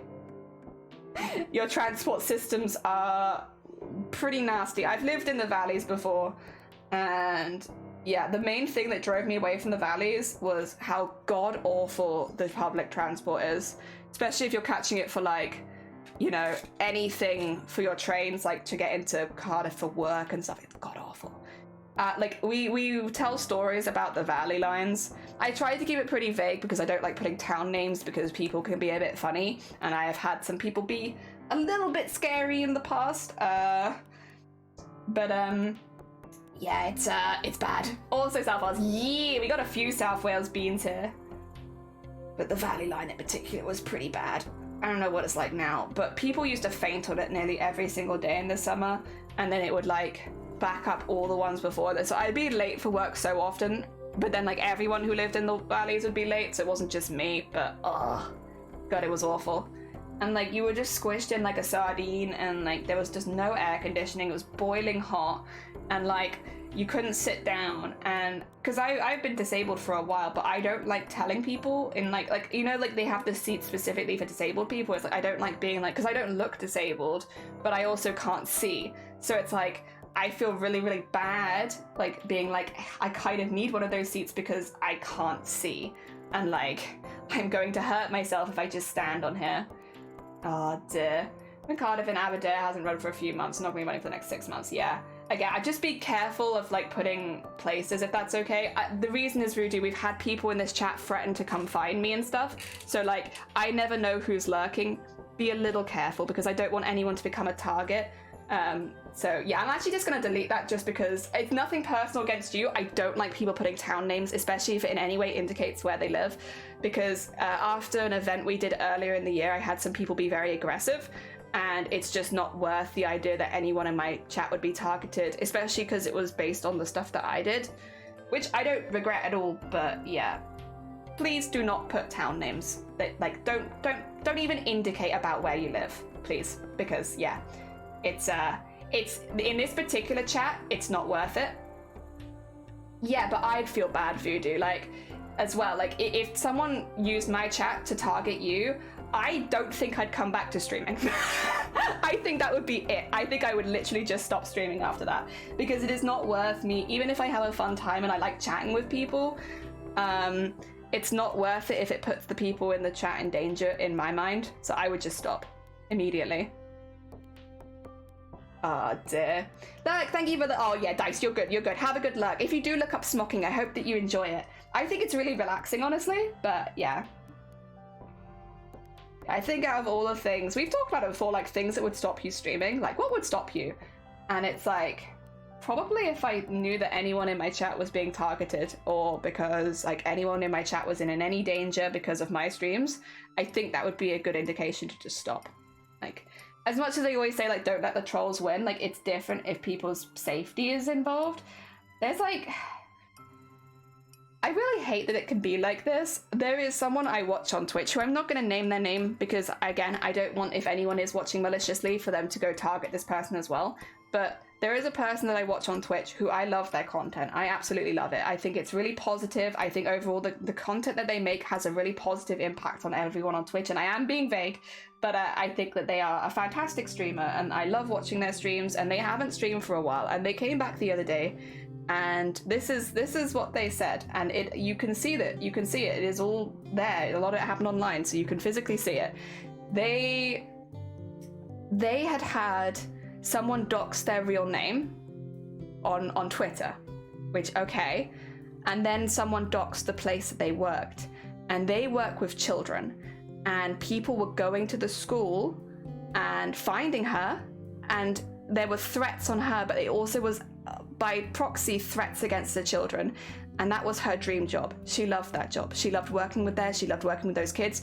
Qualified teacher, very, very good. And it doesn't surprise me. I imagine she was very good at what she did, and she had to leave her job the other day because of Twitch, because of people who do that kind of thing. And it's stories like that that remind me of why, like, and it's not her fault. Like, I'm not trying to be like, oh, she should have been more careful. Like, no, not her fault at all. But it is stories like that that remind me of why it's so important to stay as anonymous as possible whilst on Twitch. I'll tell you, I live in South Wales. I'll never go more specific than that. You know, and when it comes to meeting up with people, I have to really trust them first. I'm actually meeting with someone in a couple weeks. But like, when people come into chat and they're like, will you meet up with me? And it's like, no. Not outside of a convention. It's just not worth it. It's not worth it for me, but it's potentially also not worth it for you, because I know there are people out there that don't like me. And on the off chance that anything happened, I wouldn't want it to affect anyone else here. Yeah, Twitch can be, I think, because we have a really nice community and a lot of people have really nice communities, you kind of forget that it just takes one person with a vendetta and it can be a really scary place. Yeah. It's why we have no ages, it's why we have no locations, it's like rules in chat. Yeah, keep yourself as physically anonymous as possible. The way that I see it, always assume that there's someone in your chat that is trying to collect information on you. I know it's not like super fun, but that's how I stream. It's not how I used to stream, but it is how I stream now. After especially what happened earlier in the year. For those who aren't aware, I got fully like hacked, but not in my Twitch account, on my personal account. Someone found out my name, they hacked my personal account, and they messaged my dead relatives through it. It was incredibly traumatic. And after that, I'm like, I'm gonna be really, really careful with what I share. What the heck? Oh yeah, when it, like, again, and like, I am a small crafting streamer. If it can happen to me, it can happen to anyone. So you protect yourself online, do not give anything away. If you're meeting up with someone, know that you'll be 100% safe and always tell someone ahead of time. Yeah. Oh, Feathered, good morning. I hope you're doing well. You did join during kind of a somber conversation. We were talking about cheese rolling before. I can imagine Feathered chasing a cheese, for sure. You're not Welsh though, are you? No. I'm actually American. But also I grew up in the UK. Hence the accent. But I've spent the last 10 years in Wales. So I have been in Wales, like, getting on most of my life, but actually, wait. We're getting close to being most of my life in Wales. But no, I'm American. And English. Oh dear, although I'm not American anymore, I got rid of that half. Oh dear. I was here for that time, was watching the You were watching? Yeah. When are we gonna roll down the hill, Feathered? When are we Twitch makers and crafters all go to Cooper's Hill and Gloucester and roll? And then there'll be no makers and crafting stream because we'll all have broken our wrists or something. Be like, sorry guys, the entire group of makers and crafters in Twitch have all simultaneously broken their wrists for some reason. I don't know. Speaking of breaking things, broken their wrists for some reason. I don't know how that happened. Whoa, crazy. Oh dear, I found a really pretty blue purple jellyfish fabric on Joanne's website. Tell me I don't need it. You need it. Imagine an under the sea quilt. Oh, a galaxy quilt. I feel like jellyfish could go on like a galaxy quilt. Yes. Oh dear, gee, it's not gonna happen. I'll ragdoll. Yeah, but then you might win. If you can ragdoll the whole hill, Feathered, doesn't that just mean you could win? I think you could win. I'm here for Feathered winning the cheese rolling. Oh dear. No, I genuinely want to take part one time, but not to win. It's just like one of those things to say that you've done it. To be honest, I like looked, it would have been just before we moved house. It was after TwitchCon. So it's actually nearly a year ago now. So not as soon as recently as I thought. I looked through my childhood bucket list book and like all the things I'd listed there. And I've actually done a lot of them. I actually got through a lot more than I thought. A lot of them were kind of small things or silly things, but things that fascinated me as a kid. Like, I really wanted to catch the Eurostar at least once. Well, I caught it to Amsterdam last year. And I wouldn't say that I necessarily did it just to take it off the bucket list. It was also a lot more suitable for the big cosplay I had to transport. But yeah, it was technically on the bucket list, and I've done it now. And there was a lot of other things like that were just like, oh yeah, no, I guess I've done that, and I've done that as well. It was kind of nice. I liked it. It was a happy time. Oh dear. I'd be delighted to watch you all roll. I will not. What? You're not gonna roll with us? What? To be fair, we will need someone to help us get back to the hotel. To be fair, we will need to have someone like help us while we're all limping. Only reason Feathered was watching the cheese rolling was to picture pushing. Sounds about right. Oh dear, like that I never thought would cross my mind. Aw, yeah, Feathered's a good bean. Feathered a very sweet, wholesome bean. They would never push you down the hill. Oh dear, I had a childhood bucket list as well. Number one was to meet aliens. My number one was to own a house. I always wanted to own my own house. Since I was really, really young, one of my biggest wants was to own a house. I was not one of those kids that dreamed of marriage and kids. I just wanted to own property. And so the number one on my bucket list was to own my own house. And I started saving for that when I was like 6. I was like, I want my own house. Let me start putting money in savings. Obviously, it was like 50p a week, which is not maybe enough to buy a house, but I was also a child. I don't know how expensive houses were, but I started saving really young because I always wanted a house. Oh dear, see, everyone knows how evil. No, Phoenix not evil. Phoenix good bean. Oh dear, our bucket list number one is to swim with. Oh, great white. Okay, fair enough. I did have on my bucket list to do with sharks. I had which I don't. There is a couple on my bucket list which you can tell I wrote as a kid because it's like that's not very reasonable. But I wrote that I wanted to end shark finning and have sharks become unendangered on my bucket list when I probably was about like 8. So I don't know that I'll necessarily ever actually achieve that within my lifetime, but I have, like, all of the initial fundraisers I did before I started streaming and all that, like when I was younger, I did a lot of fundraising for saving the sharks, and like, it wasn't like a crazy amount of money, but for me as a kid, like raising 100 quid is a lot, and so, you know, I might not have single-handedly saved all of the sharks, but I have tried. I have tried. Vuda's wife threatened him with me. She said she'd tell me where they live if he did. No, Feathered good bean. You can't convince me otherwise. Feathered has always been nothing but sweet to me, which means that I think Feathered is a very sweet bean. I said, by a personal experience, Feathered has always been a good bean to me. I love Feathered. 10 out of 10. Oh dear. I tossed the jellyfish fabric in the. Oh, did you? Oh, let's have a look. See. Heck yeah. Where? I always get lost. Discord. Oh, that's so. Yeah. Oh, that is very Galaxy-esque, isn't it? Like, don't get me wrong, it would still fit in an underwater theme, but I actually think it would fit better in a Galaxy theme, something or other.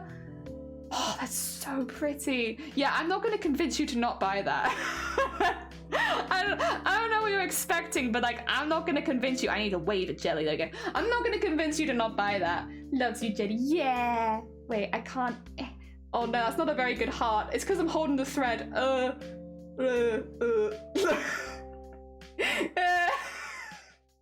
trying. I've got too much in my hands right now. An attempt at a heart was made. Oh dear. You heard of the saying, the greatest trick the devil pulled was convincing the world he didn't exist, and this applied to Phoenix. Well, I know Phoenix exists. I've met Phoenix IRL, so I know they exist. And you know what? When I met them IRL, they didn't bully me at all. I was also exceptionally sick. I had like, luckily with nothing contagious, but Jesus, I was dying. My organs decided just to fail right before MCM, so I went, and then I went to A&E. You know, like a sensible person does. I went to the convention, and then it was like, okay, well, I've had my fun. Let's go to the emergency ward now because my organs are failing. Oh dear. You know, I'm a big hypocrite, because if any of my friends had done that, I'd be mad as hell. But like, because it's me, it's like, it's fine. It's just me, I'll be fine. Shouldn't have been 80 first. No. I literally went to the convention for like 2 hours. And we'd already called, because this has happened before, so it's not like this is our first rodeo. Like, unfortunately, every now and again, my organs don't work super good, and we have a bit of an incident. And yeah, this was one of those times where it had a bit of an incident, and sometimes it's fine. And like, I've actually, weirdly enough, I've had the same thing coming back from MCM before, like where it started going bad in the coach on the way back. And you know, there are times where it's okay and we kind of could just treat it at home and everything's all right. But then there are times where it gets a bit out of hand. And this was like, we'd called 111 and we'd been like, it's happening again. And they were like, well, keep an eye on it, see how it goes tomorrow. If it's still there, you'll just have to check yourself in. And it's like, so I went to MCM first and then I went. Well, no, I went to MCM first and then I talked to 111 again and I was like, it's still happening. And they were like, all right. We've told them you're on your way, and it's like, great. Oh dear. Talking about organs not working is a simple paper cut. Organs not working is not a good thing. Yeah, it's fine. It depends which one, I think, because I think some of them are a lot more immediate than others. And like for me, I have some I don't want to go into it too much. I have some long-term problems from when I was like literally a baby. So it's like we're very used to dealing with it. And it's just unfortunate that it's sometimes. I was talking to Sunquay about this the other day, actually, that stress and excitement does weird things to your bodies. And like, I think everyone knows about stress can like be really bad, or like a lot of people know about stress, but like, what about if you get really, really excited? Because like for me, it does the same thing. If I get overly excited or overly stressed, it's crazy. Body does weird things. Oh, this good morning. I hope you're doing well. Welcome on in. Yeah. Like when I was little, and this still happens now if I'm not careful, but it happened a lot more when I was like a baby, or like, I'm not a baby, but like, you know, under 10, young. If I got really excited about stuff, I would have a nosebleed every time. So like there were times where like my friends would take me to like theme parks and I just have a nosebleed on the car on the way there, and we just have like a bowl and I just bleed into it because like I was just too excited. So like my parents spent a lot of my childhood just being like, calm down, relax, calm down, breathe, so that I didn't just like spontaneously start bleeding. Oh dear.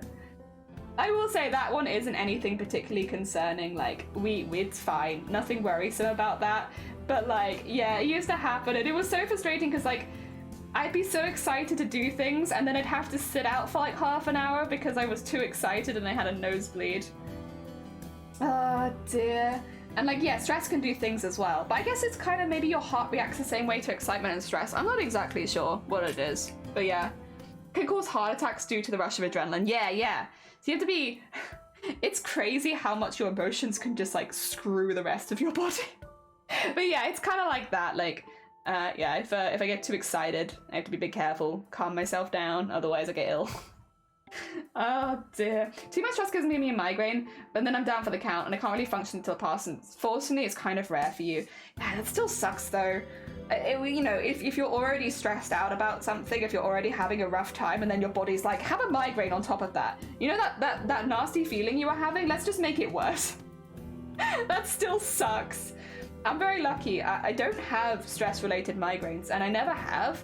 Most of my family, that's the kind of migraine they get is like, yeah, when they're like, it's really stressed out. So like exams, papers, tests, all that kind of stuff is like spells disaster for migraines. Like they'll always have them around those times, whereas that's never been me. I just have them when I physically do too much. So like if I get tired, that tends to be my trigger, which is also difficult to deal with in its own way. But yeah, it's not specifically difficult like around tests or stressful situations. So yeah, it's just nosebleeds. I get really excited and I'm like, whee, nosebleed time. I'm too excited. Oh dear, yeah, if I get too excited these days, I get very vomity, which is also not great. Oh dear. Guitar Voodoo is fairly new here, not used to jelly touch. You talk about how they just fall apart. Oh yeah, sorry. My body is a little broken, but it's okay. We manage. And like, honestly, I think I manage pretty damn good. Like, very rarely do I have like what happened at MCM. Like, it happens weirdly, it's again, a little unfortunate that it has happened twice now for MCM, where I go to MCM and I just die. Because it happened way before I started streaming. It was probably about 5 years ago. So it'd only be a couple years before I started streaming, but it feels like a long time ago now.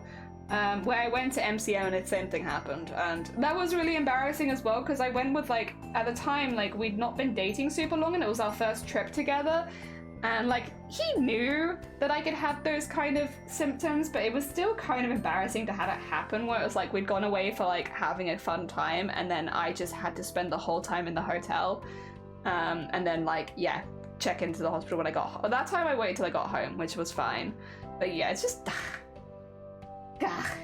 it's embarrassing, and more than anything it's just embarrassing. And like, I was really concerned, like Feathered has made me feel a bit better about it already, but like I was really concerned when I went and met everyone that they would have a bad first impression of me, because like I definitely wasn't myself, and I was like, I don't want to come across as like, I don't know, this sort of person normally. It's just very bad luck that it's decided to flare up now. And yeah, heck. Oh dear. Oh, wings. Yes. Oh my, wait. On all the little oh my god, I love them. Oh my god. I am actually in love with them. Do you do commissions, Creates? Just out of curiosity, do you do commissions? Because I would like 100% commission you for wings like that. Like 100%. That was your first? What the heck? How dare you be that good on your first try? What the heck? Ouch! Oh my god. Heck. Honestly, wouldn't have known if you hadn't said. Yeah, you know, it's just one of those things where you feel guilty because you're just like, I know, maybe, but then I guess you'd never met me before, so maybe it wouldn't be like new to you. But to me, I felt like I was acting differently to usual, and I felt bad about it. But yeah, you'd never met me in person, so like, I guess it wouldn't. Maybe it wouldn't be the same.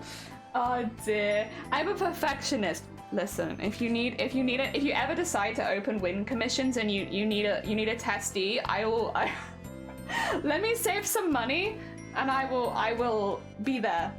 Oh, I froze for a second then. Please ignore that while I just stare into the void. Oh dear. Oh dear. Grumbles as she remembers her first set she made. Yeah, dang, how dare you? How dare the first ones you make be that good? God damn it. Close up. Yeah, but like, here's the thing. You've just taken a photo of it relatively close.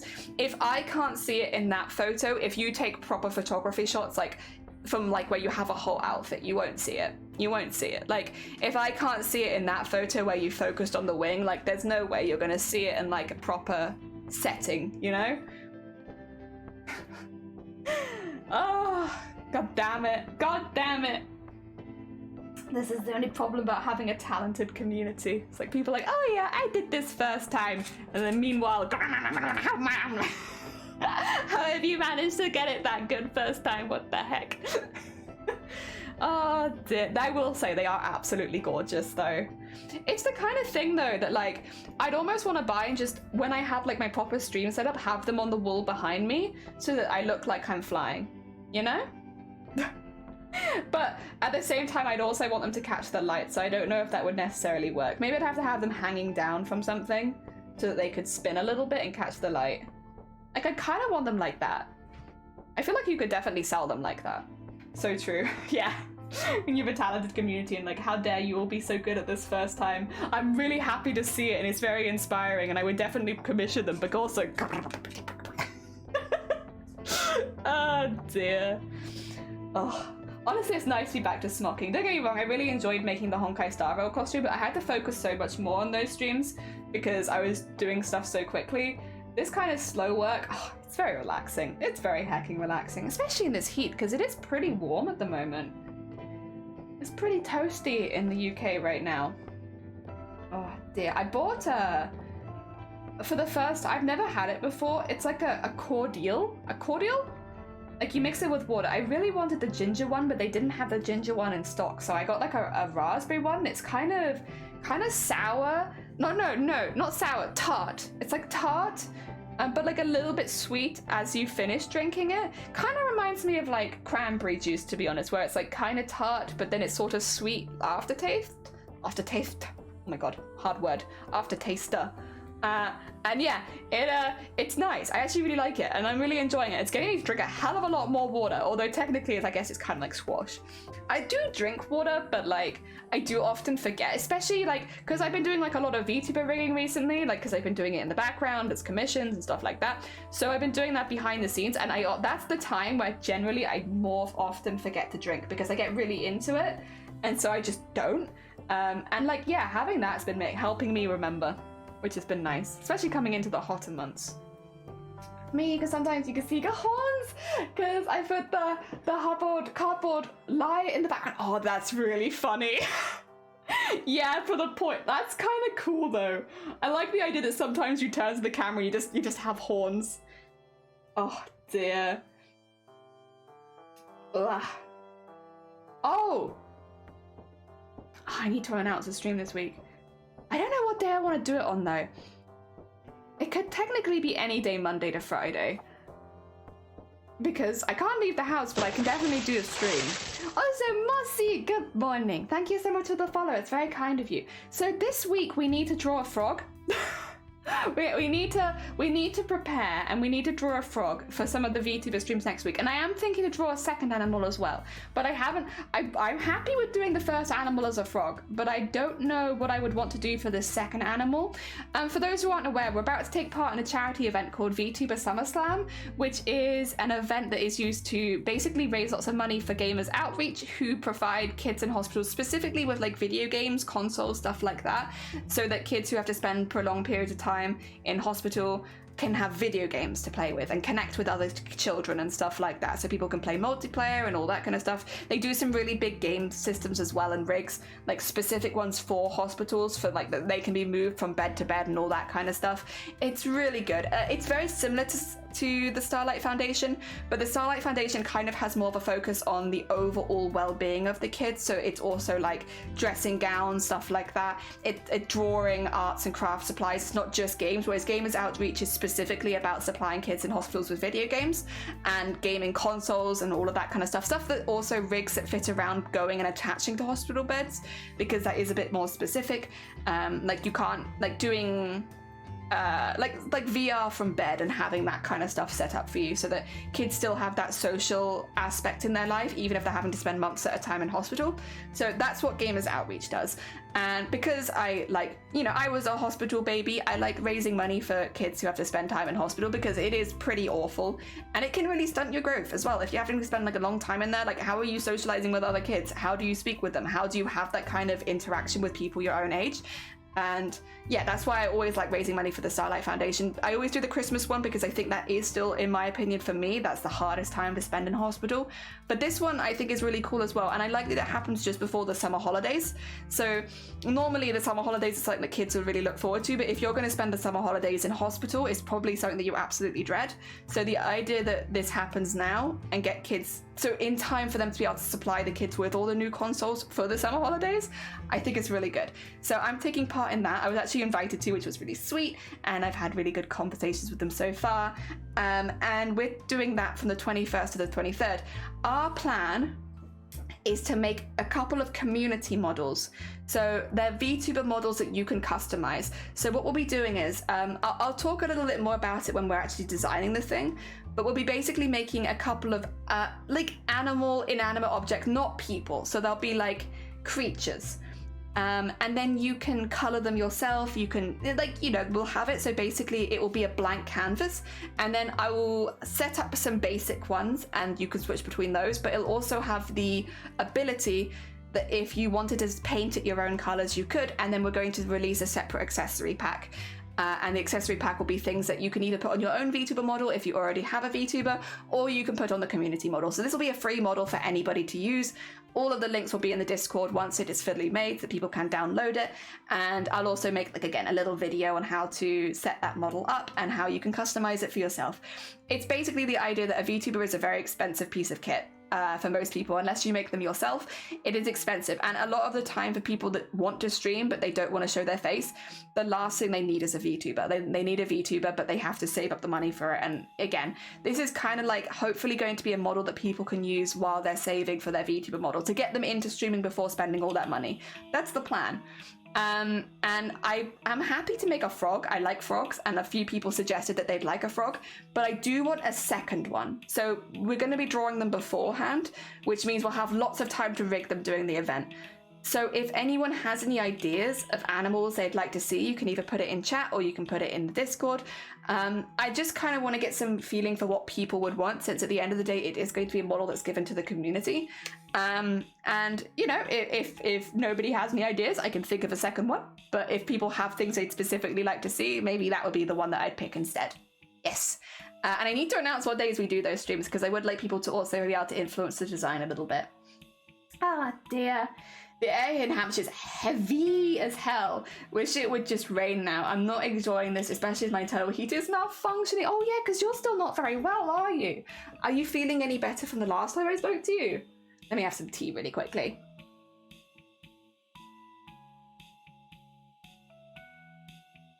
Get some cherry and raspberries, put it in a saucepan, add a little water and sugar, bring it to the boil until fruit is squishy, and then add the juice, and some, oh, great symmetry. That does sound nice.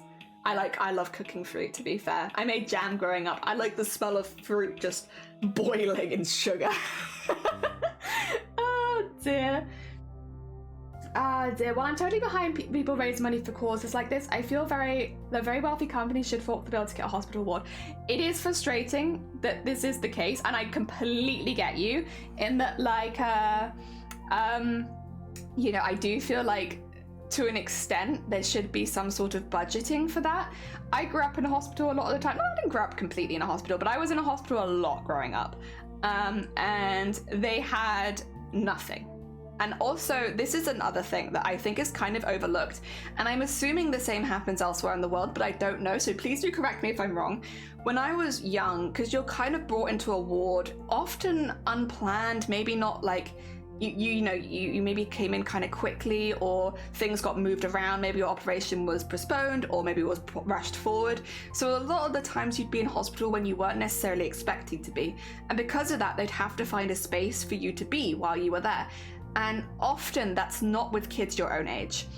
Like I was often on a ward with kids like over half my age. Like I'd be like 14 and they'd be like 4. And so the entertainment in the room was maybe good for a 4-year-old, but it was not good for me as a teenager, because all pediatrics is under 18, right? So you will be on a pediatric ward. Some of the wards had really big age ranges from like 4-year-olds to 18-year-olds. But some of them were meant to be all teenagers, but then they were all kids, and vice versa. They were meant to be all kids, but they were all teenagers. And you get left in places where like you were in an adult ward suddenly, and then you're moved to another kids ward. You're moved around a lot. And a lot of the time where you're moved to doesn't have entertainment specifically geared towards your age range. And even though the hospitals are trying their best, especially as you become an older kid, I'd say, there's just nothing there for you. And often, like, I don't think I never really saw any other teenagers, to be honest. Not for more than like a day, maybe. And like most of the time I was with kids much, much younger than me. And it's just not, you don't have the same interests and stuff. And so it's like difficult to really connect with any of the kids around you and have like a social life while you're there, because it's like, well, you're all like just learning to talk. And I'm like a teenager. It's why I got Minecraft for the first time, because I just sit on the ward playing Minecraft, because like, I had nothing else to do. Hi, call me Mossy or Honkser. Please, he, they, it, pronouns for me. Also, I have way too many interests and I have autism.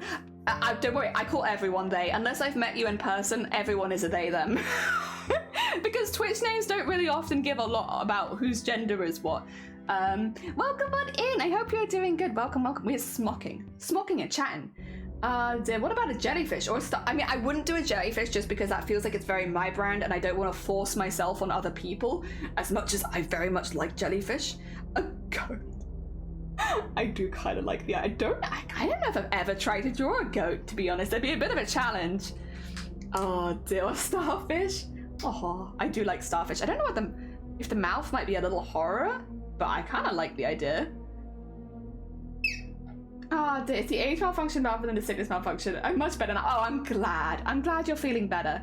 Lisa came when she was 3 and in hospital all that time, and they only offered her was coloring books, and she wasn't allowed to be in a room with other people because of, the immune system stuff, went to visit her, she was in a sealed ward, and we could only see her through the plastic tent thing, and yeah, it's horrible. And like, I don't blame hospitals for this at all. Like, they do everything they can, and I'd say the nurses did everything they could to keep everyone happy and entertained as much as possible. Like, it's no one person's fault, but like, yeah, often on these wards and stuff, it's very, it makes sense that it's not exactly a place you want to be, but like, it's very depressing. It's very depressing. A dragon? Okay, that would be kind of fun. Also, sorry, we're at the point in the OST where I just need to skip forward a little bit. God, I've got so much cheese rolling stuff. So much cheese rolling stuff, it's everywhere. Alpaca, good morning. I hope you're doing good. I'm feathered. You're fine. Go run. Pop out. You're fine. Enjoy yourself. Enjoy your day. Heck yeah. Another sweet sea, like a sea. Oh my god, sea bunnies are so cute. Can I just express my love for, like, I've only discovered the sea bunnies are not a mythical creature relatively recently, and I was shook at how cute they are. The little fluffy what the heck? Voodoo, do yourself a favor and Google a sea bunny. They are so cute. They are so cute. I mean, I don't think they are anything close to bunnies. They just happen to look like bunnies a little bit. They're like, yeah, a sea slug. They're sea slug. Oh dear. They're so cute. They're so cute. A sea cucumber. Here is my talking. I kind of like it. See, that's kind of fun. Oh dear. Oh, an octopus. I do like drawing octopus, to be honest. A little plushie octopus would be... Oh, that's the other thing. They're going to be themed as plushies because I like the idea of them having patches that you can change the color on. Yeah, so they'll be like little plushie. Like a little plushie octopus sounds pretty cute. The nurses there were amazing people. They did everything they could. Yeah, like I remember, even as a kid, like I remember the nurses like doing everything they could to just chat with us when they had a moment and like keep us entertained. And like I did appreciate the other thing as well, like a lot of the time, even if you can see the kids, it's like visiting hours are like pretty small. And yeah, I really appreciated when my family were there, and I appreciated what the nurses tried to do and everything like that. And like, it's never anyone's specific fault. It's just a shame that it has to be funded by charities to have that a lot of the time. Also, Shifty, good morning. They're real. You see bunnies all the time. Wait, do you? I wish I could see bunnies all the time. I don't see them very often. Too much cheese. There is so much cheese on my desktop right now. Help. I've covered my stream setup with cheese. What do I do? Hee, welcome on in. I hope you're doing well. Google blue sea dragon. I mean, that would be an ocean creature, and that would be a dragon, which is two things that people are asking for. This might kill two birds with one stone if it's cute. No, it's a lot of damage. I've seen these before. It's a lot of damage. They're very cute. They're so pretty. Do they come in other flavors? Not flavors. Sounds like I'm gonna eat them. Not other flavors. Other colorways? Do they come in other colorways? Oh, okay. Because that is one thing, is we'll be changing colors of them. Sea alpacas. Are there sea alpacas? Is that a thing? I can't tell if you're hecking with me. I will check though, because it is worth the chance that a sea alpaca is a real thing, just in case. Oh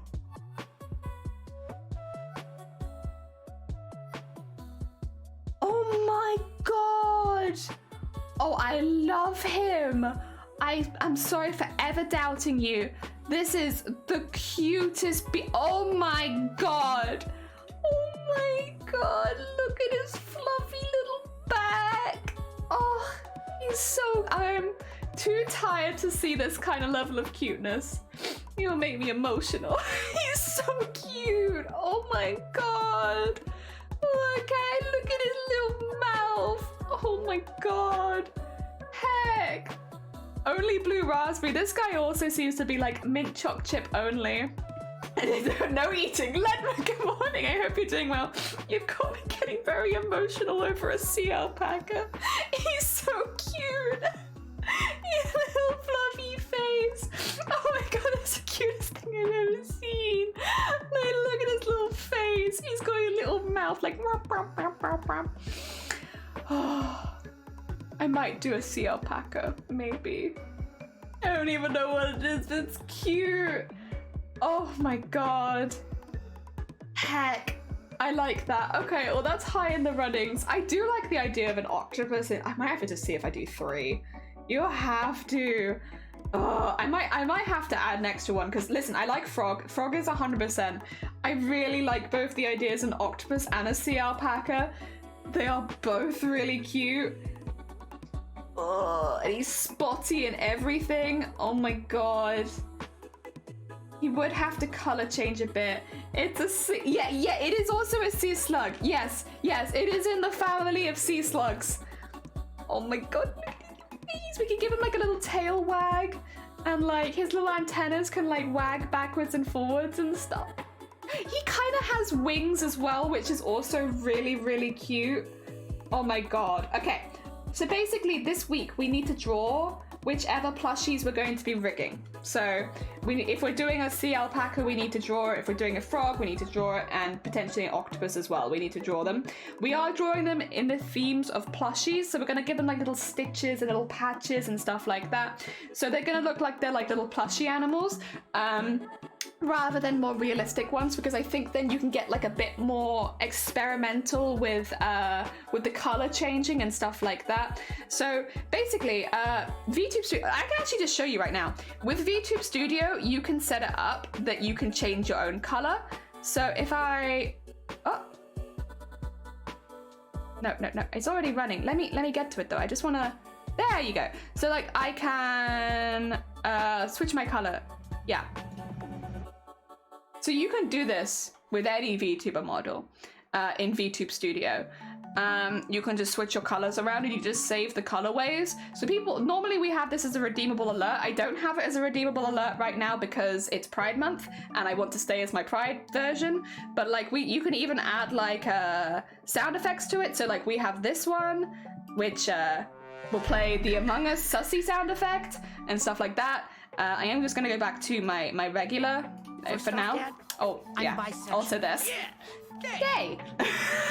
But yeah, so we have you could do that. So what I'm going to be making is a model that is completely grayscale. The reason is that then you can add your own colors to it. So rather than making it a model that's like colored already, I'll make it grayscale and then I'll color it in VTube Studio. I'll do a couple of set ones, like the frog will have like of course a green one, maybe I'll do a rainbow one, but then I'll also teach you how you can do that yourself so that if you do end up downloading the model, you can change the colors of it to suit what you want. That way, if you already have a VTuber, you can change the colors. I'm gonna turn the light off here actually, because I think, yeah, it's just like catching on it weirdly. Oh, but I like having a bit of, can I not make it any darker? I guess that's the best I can do. So yeah, if you wanted to have like a Pride theme model, stuff like that, you could do that. But then also if you wanted to have like maybe your channel colors, stuff like that. Maybe you want to have it like it's your channel theme, you can do that. Just to make it as like useful for as many people as possible. That's the plan. That's the plan. And that way, if you want a VTuber, it'll just be a free VTuber. You can just download it, and I'll probably make a little channel on the Discord for all of the bits and bobs, so that anyone can take that. Yeah, yeah. Ooh. So yeah, that's the plan. That's the plan. And then also we will be doing giveaways, challenges, stuff like that. I do have some stretch goals or maybe just additional challenges I might add. Like little fun things, fun extra streams, stuff like that. And then also giveaways of stickers. And if we hit our overall target, which is $300, I will give one person all of the art and rigging for a VTuber. So basically make them a VTuber from scratch. So, but that will be only if we hit our main target. That's kind of why I want to close commissions for now, because I have the one I'm working on right now, I have one immediately after that, and then we potentially will have a third one. So 3 is kind of the limit of how many I take at any one time. Just because I don't like people being on a really, really, really long waiting list. Wow. There we go. But yeah. If that is of interest, that's happening like actually in just over a week. We're nearly there. I'm very excited. It's been a minute since we did a charity stream. The last one we did was Mermaids, which was really, really good. I really enjoyed it. We kind of done it backwards. We did our Pride streams in February, which, listen, I don't regret it. Like, I enjoyed those streams. They were really fun. And we had a fun time, fun challenge. Everything was good. But it was kind of like a weird time of the year to do the Pride stuff. But it worked for me. February is gay. Well, it has to be. You know, we're doing our Pride stuff, so it has to be. Oh, dear. It's getting toasty in this room. How long have I been? 2 hours? Honestly, it's kind of longer than I thought I'd manage to go. Pride all year? Heck yeah. Yeah, I did all my Pride events in February. I don't regret it. I had a really good time. Our February events were super, super fun. And we had a really good time. I think everyone had a good time. I had a great time. Yeah, 10 out of 10. Oh, there should be 12 Pride months. Well, I've been saying, like, our Pride month is normally actually in August here in Wales, because that's when we celebrate, like, the Pride Parade and everything like that. So we have June is Pride month online, but outside of online, it's, yeah, it's actually August. See, another one. Instead of 12 days of Christmas, it's 12 months gay. Hell yeah. Hell yeah. I mean, if you dress like me, I kind of dress like... I've been dressing, like, less... What do you call it? I've been dressing less gay than normal. Like, I have all of my rainbow jumpers and stuff, but because it's been so hot, because it's been so warm, I haven't been wearing any of them, so I've been dressing really, like, plain, whereas normally I come into stream, like, with loads of colors on and stuff. Oops. I've been accidentally backwards Pride. Oh, dear. Do it again in August. Yeah, what a Pride my birthday this year. I mean, we can do. I'm always happy. Oh dear. I won't be able to do any fundraising because I've got so many stuff going on in the background. Secret things that no one's allowed to know of except for literally every single person I talk to privately. I'm terrible with that kind of stuff. But yeah. Oh dear. Ugh. Oh, come on. There you go. No fundraising in my event. Nah, it's fine then. That's all good.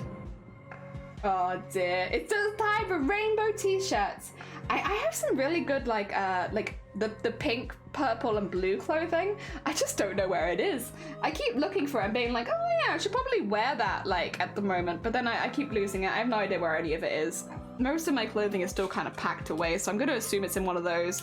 In my defense, I didn't think that they'd still be packed up this far into the year. Just happy rainbow people. Happy rainbow people. Heck yeah, I'm always happy to be a happy rainbow person. Be jelly birds, like in SpongeBob, where the jellyfish are like birds. Oh dear. I don't know, they're kind of long. I feel like if jellyfish were birds, they wouldn't really be built for the world as it is now because like of all of the wires and like hanging bits. I think they get caught a lot. Excuse me. Big hick. F, yeah. I don't think they're built for this world like that. I think they have to stay under the water. Oh. Also, do you see how long this sequening takes? I mean, I will be honest, we did take a pretty big break in the middle to talk about cheese rolling. Oh dear, but still, it takes such a long time. I feel like a jelly bird. Well, trapped on everything, not built for this world, yeah. Oh dear, I need a rainbow t-shirt because I don't have any rainbows. I don't really have like the full rainbow as often. I have like my pastel rainbow cardigans, which I love. I have, yeah, like the bi-colors on quite a few things, but what do I think? Do I have anything particularly? I have rainbow leggings, which were a gift I think on my birthday one year. I have Gudetama leggings, did you know? I need to tell Shifty about this. I have Gudetama leggings right now. They are like just loads of pictures of Gudetama all over my legs, and it's so chaotic, but it's really fun. But I haven't had a good opportunity to wear them yet. Maybe next stream when I use my face, I can wear my Gudetama leggings. They're pretty cool. I think you guys will like them a lot. Dear. 2 yards or like the whole, it depends what you're gonna use it for, because like 2 yards would be fine for a quilt, right? Because like, you know, you'll be mixing it with other fabrics. If you wanted it for like a whole outfit, then yeah, maybe like a bit more, but I'm assuming that normally I'm all for buying more fabric, but in this particular case, if you're using it for a quilt or something similar to that, you might not need as much. Dear. And like save that money and spend it on other bits and bobs for that project. Maybe? I don't know if I'm the best person to listen to because I am terrible for buying craft stuff that I don't necessarily need, but like, yeah. I don't know, like what do you need? Or also, would you distribute it to other people? I should probably keep that a secret. God, I am struggling. I have so many secret projects on the go right now that I'm just like, damn, I really just wanna... What's that noise? What is that? I just really want to talk about all of them. I can hear, I think someone's playing a whistle outside. On a Sunday? Fair enough, listen, you go do you. You practice your whistle. All good. I'm not gonna, it's a bit of an odd sound, but it's cool. Oh, day. Do you like manta rays? Manta rays are good. Jelly UTs, I'm sorry. I don't mean to keep bringing up all these secrets I have and then just not saying them. I just keep remembering that the stuff that I have is like technically meant to be a secret until stuff is like finalized. Hopefully in the next couple weeks I can tell you a lot more. But yeah, I keep forgetting. I'm sorry. Oh dear. Do you like manta rays? They're cool. They're cool. Big flat beans. The other half says I should make a black sparkle petticoat with ribbon hem to match jellyfish fabric and make a whole school. That would be really nice. But do you have, it sounds like you have a, like without spoiling anything of yours, don't you have a lot to organize right now? Aren't you kind of busy? And isn't that kind of a big project to add while you're already kind of busy? But listen, like, I'm not going to tell you not to do it. Like, if you decide you're going to do it, I will cheer you on from start to finish. Grobit, good morning. I hope you're doing well. If the car could also make me a cup of tea, oh my god, that'd be amazing. Oh, I'd love that. A car that can make you a cup of tea, I'd be out for that. Oh dear. Good morning, Grobbit. I hope your weekend is going well. Ah, dear, it's a future project. Oh, okay. Can't wait because I'm super excited. Yeah, there's some stuff. Okay, one of them I'm really nervous about. Because I don't want people to get the wrong idea. Okay, you know what? Actually, that one I probably can talk about. Probably, right? Can I? Is it? Would it be okay to talk about that? Okay. The thing is, I'm nervous about one of them because I don't want it to be taken the wrong way. But like, there is something that I'm planning for doing a little trial of in a Tesla. I'm gonna get a Tesla. I just don't want you to take it the wrong way, but I'm gonna get a Tesla. I can't drive. I'm just getting one. Oh dear. Tesla. My hair is full of secrets. We can wait if you need to review sequels. It's not that, it's just I don't want to like announce too much at the same time, if that makes sense. A few people already know this as well, so it's not like it's a complete secret. Basically, the way that I do crafts, I do like 3 or 4 hours and then I get tired and I need to take like a 2-hour break and then I'm good again. And I often feel like at that point I would just stream again because like, well, I want to stream, I enjoy streaming, why not just go back to streaming? But I don't, because I feel kind of guilty about going live multiple times a day, especially like a bit later in the day when a lot of my regulars won't be able to watch. And also, I'm not exactly happy with Twitch at the moment. I think a lot of people aren't exactly happy with Twitch at the moment.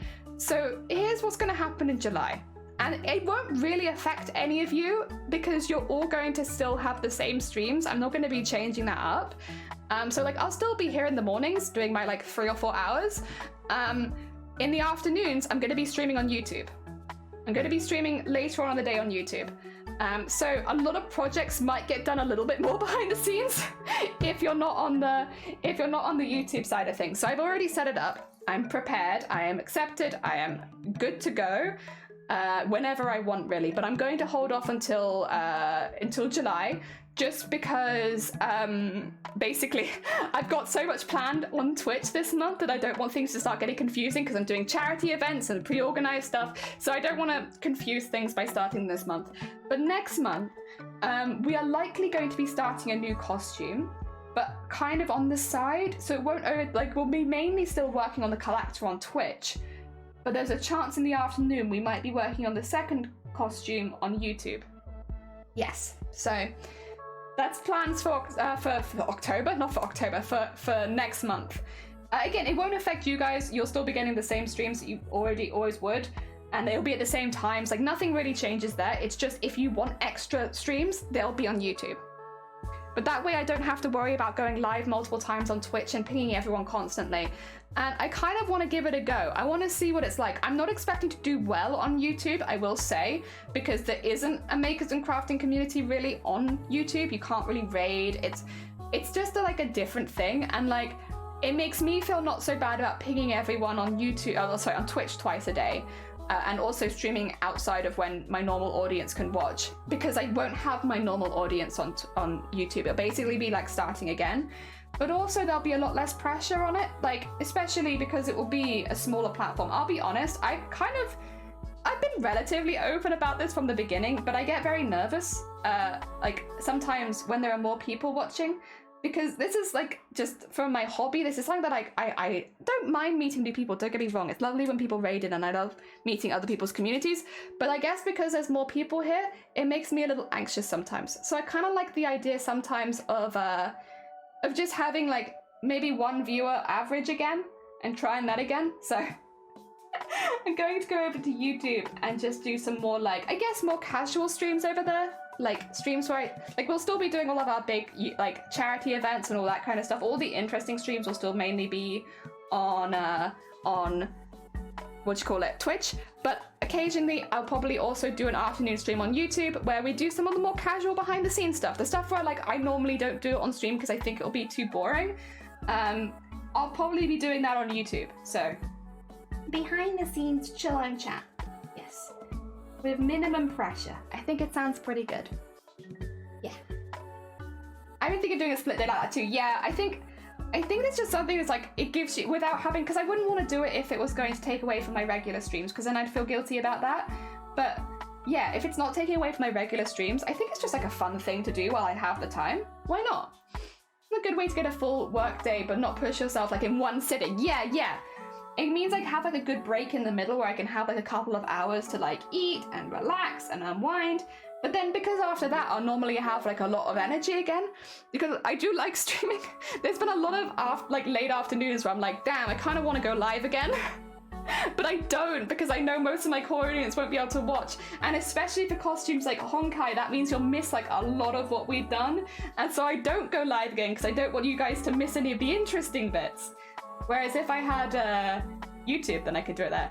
And then I don't have to worry. Yeah, I'm promoting it really well. Like, I don't necessarily want people to feel like they have to go over and watch the YouTube streams, to be honest. What's your YouTube channel? Yeah, if you go under the... let me just double check. If you go under the stream, it should say YouTube with like a heart next to it. And if you click that, it will take you to my YouTube channel. Yeah, which is the one that I'll be streaming from, which is the main channel. Dear. Yeah, I'm not promoting it very well, but then I guess I'm not really trying to promote it too much. It's just something that I'm excited and a bit nervous to do, to be honest.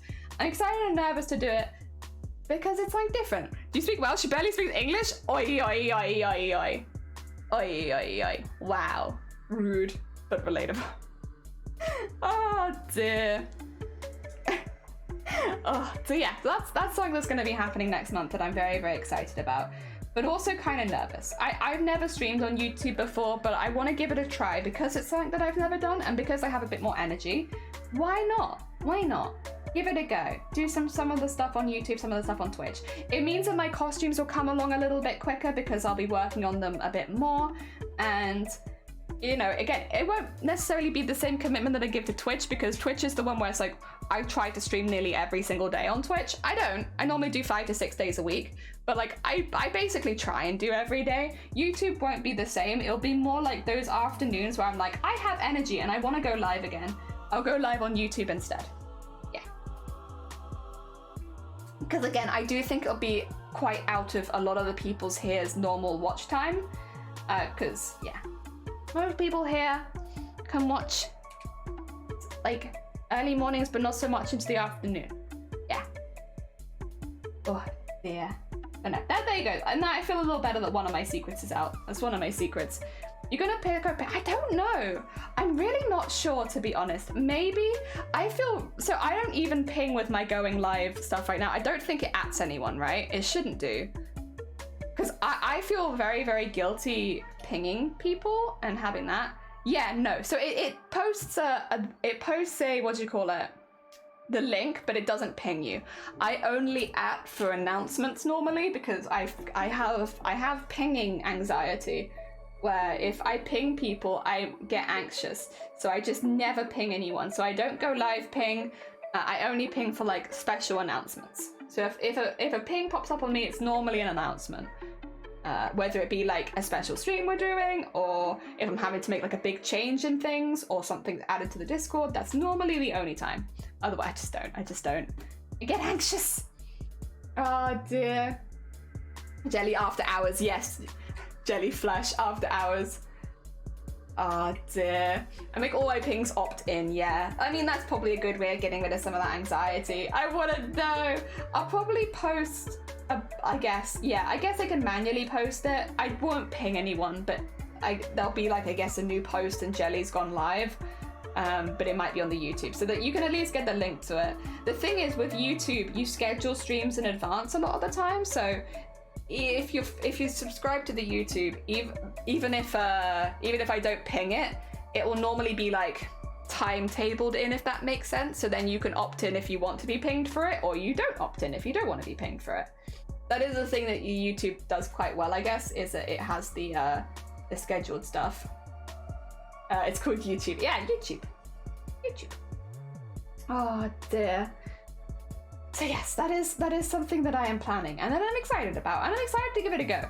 Like, I would like to see the makers and crafters category on Twitch do really, really well. And like, I still stand by that. That is something that I want to see. I want to see the makers and crafting community, the makers and crafting community that Twitch already has, promoted more.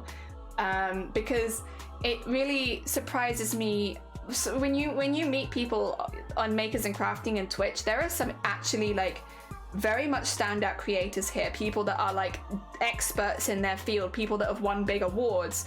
You know, there are some very, very, very ridiculously talented people in Twitch Makers and Crafting, but you'd never know about it because Twitch doesn't advertise it. And it's really weird to me that Twitch doesn't advertise that it's got those people. I also want to see Paul Soft and Beach Academy do well. Understandable. You know, maybe that's what I can do if I do a second stream on Twitch. I'll just do like whatever the second stream of the day is. It's Pool's hot tubs and stuff. I'll just be like hand stitching in a hot tub. That's kind of like hell, to be honest. I'd be stunned if Twitch knew how to find those people, but like, I just wish, like, if there was like a way that we could communicate with Twitch at all, that it has some incredibly talented people on it already. Because Twitch keeps reaching out and asking for like more people to join Twitch, but it's not really noticing the fact that it has some like, actually, it's kind of like and I don't want to like call out Twitch too much for this, but like I know earlier in the year Twitch literally asked like, they basically went into like athletics where Usain Bolt is streaming and asked Usain Bolt to find other runners instead of promoting the fact that Usain Bolt's there. It's kind of that's what they did. And it's like, it shows like a level of just not researching the fact that you do actually have some like very, very much award-winning, like world-class known people in your category already, and it would not be hard to promote them because they have such big platforms outside of Twitch. And yeah, instead of asking for new people, which is still good, and I still very much encourage, if you are someone who is interested in Makers and Crafting on Twitch is a lovely community to join. Everyone's very, very welcoming, and it's really, really nice, and like highly recommend you to check it out and give it a go. But Twitch already has some really ridiculously talented people on its and it's frustrating when they're like asking for new people to join, and they don't seem to notice that they already have some of the biggest people in the field on Twitch, and it's like, why don't you promote them? They're huge. Why don't you promote them? Like, people from the other platforms are probably likely to come across. Oh man, Usain Bolt hot tub stream, honestly, would watch 10 out of 10. Oh dear. Son of the Menace, he's making some tacos! I asked him to make me one, and he loaded it. Hell yeah. Now you have to eat it and pretend that it's like not even spicy. You'd not even notice because you're hardcore, you can't even tell. They can be. No. They want you to refer your friends who have huge numbers. Yeah, Twitch is seeing its numbers dying because of the recent changes, and it thinks this is the way to fix it. Yeah, and it's a shame. Oh dear. Usain Bolt hot tub stream would actually go hard. That would like, they better put that on the front page of Twitch if that happens. I think everybody needs to know if they're doing that. Oh my god. Oh dear. The game. I love playing FIFA. Hell yeah. Tom Hardy needs to stream. Again, I'm not gonna claim to be an expert or anything on this kind of thing. It just seems weird to invite new people rather than promote the people that you already have, because especially when you have people that are a bit bigger. Like, again, I'm not necessarily referencing people like me, to be honest, in this particular case. What I'm talking more about is people that are like literal award-winning in their field, people that do large exhibitions, people that are known or very known for their work outside of Twitch. Because I'm like not a good candidate for that, because I am really only on Twitch. I do have other social medias, but comparatively to Twitch, it's nothing. I'm mainly on Twitch. I'm not a good candidate for that kind of promotion, and I don't claim to be. But like, you have people that have hundreds of thousands of followers on their Instagrams, on their Twitters, on other platforms, on their TikToks, and they're on Makers and Crafting, and maybe like they don't pull as many viewers on Makers and Crafting, but they're here. Like, these people are here, they are very much famous on these other platforms. Why do you not promote them? Like, because if you were to promote to those people who have huge platforms outside of Twitch, and like, again, they're not super difficult to promote because they're already relatively well known, like a little bit of research, and like, you can promote this person, and that promotes the whole category. You know? Oh dear. If you have a thing with Mr. Hardy, he does tell bedtime. Oh, that's cute. I like that. There are a lot of talented people here. Yeah, it's like there's a lot of talented people here, but very specifically for what Twitch is looking for. There are people with big followings off Twitch in makers and crafting, but Twitch doesn't promote that. And it's like you could have so many people come over to Twitch like that because, like, guarantee a lot of their followers don't even probably know that they stream. Also, Angie, thank you so much for the follow. Welcome on in. Like Sunny and Sweet, I did when I was a kid, yeah. I once thought about doing a drawing lesson with bath crayons in my hot tub. Do it. I support you 100% in this. 100%. I support. The amount of money I paid for Tom Hardy's really bedtime stories IRL. I was like, understandable. Understandable. Twitch is a perfect example of a company being so out of touch with their own thing. I get a warning from Twitch for my stream in wood turning. So using razor sharp tools to cut wood is a must. The warning was using them for visiting and showing sharp weapons. Yeah, I always have to be really careful with that sort of stuff myself. Yeah, I know what you mean. Oh dear. Wait, you stream? What's your Twitch? Ah, thank you! My Twitch is...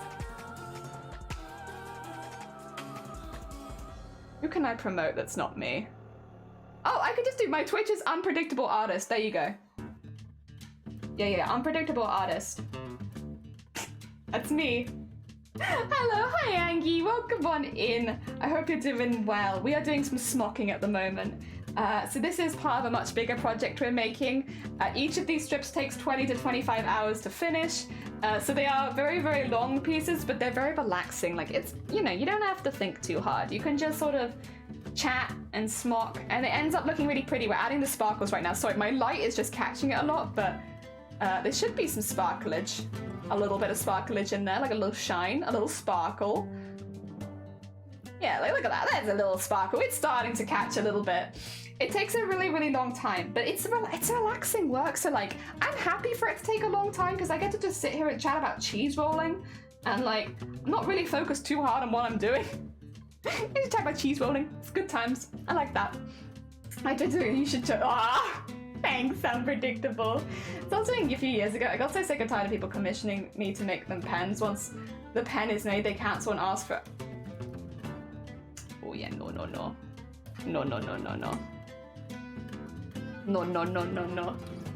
Those guys, they thank you. Yeah, I can actually show you 2 seconds. Show off time. We've been making them for a while, see. So I do have others in various stages of finishing. We're doing them in 2 colorways. We have the dark purple and the light purple. And when they're finished, they get like the nice gold edging on them and everything. So they end up looking more like this with a nice dark back. And then these ones will have like a lighter back, so they'll be backwards of each other. I just wish the light wasn't catching it quite so much. There you go.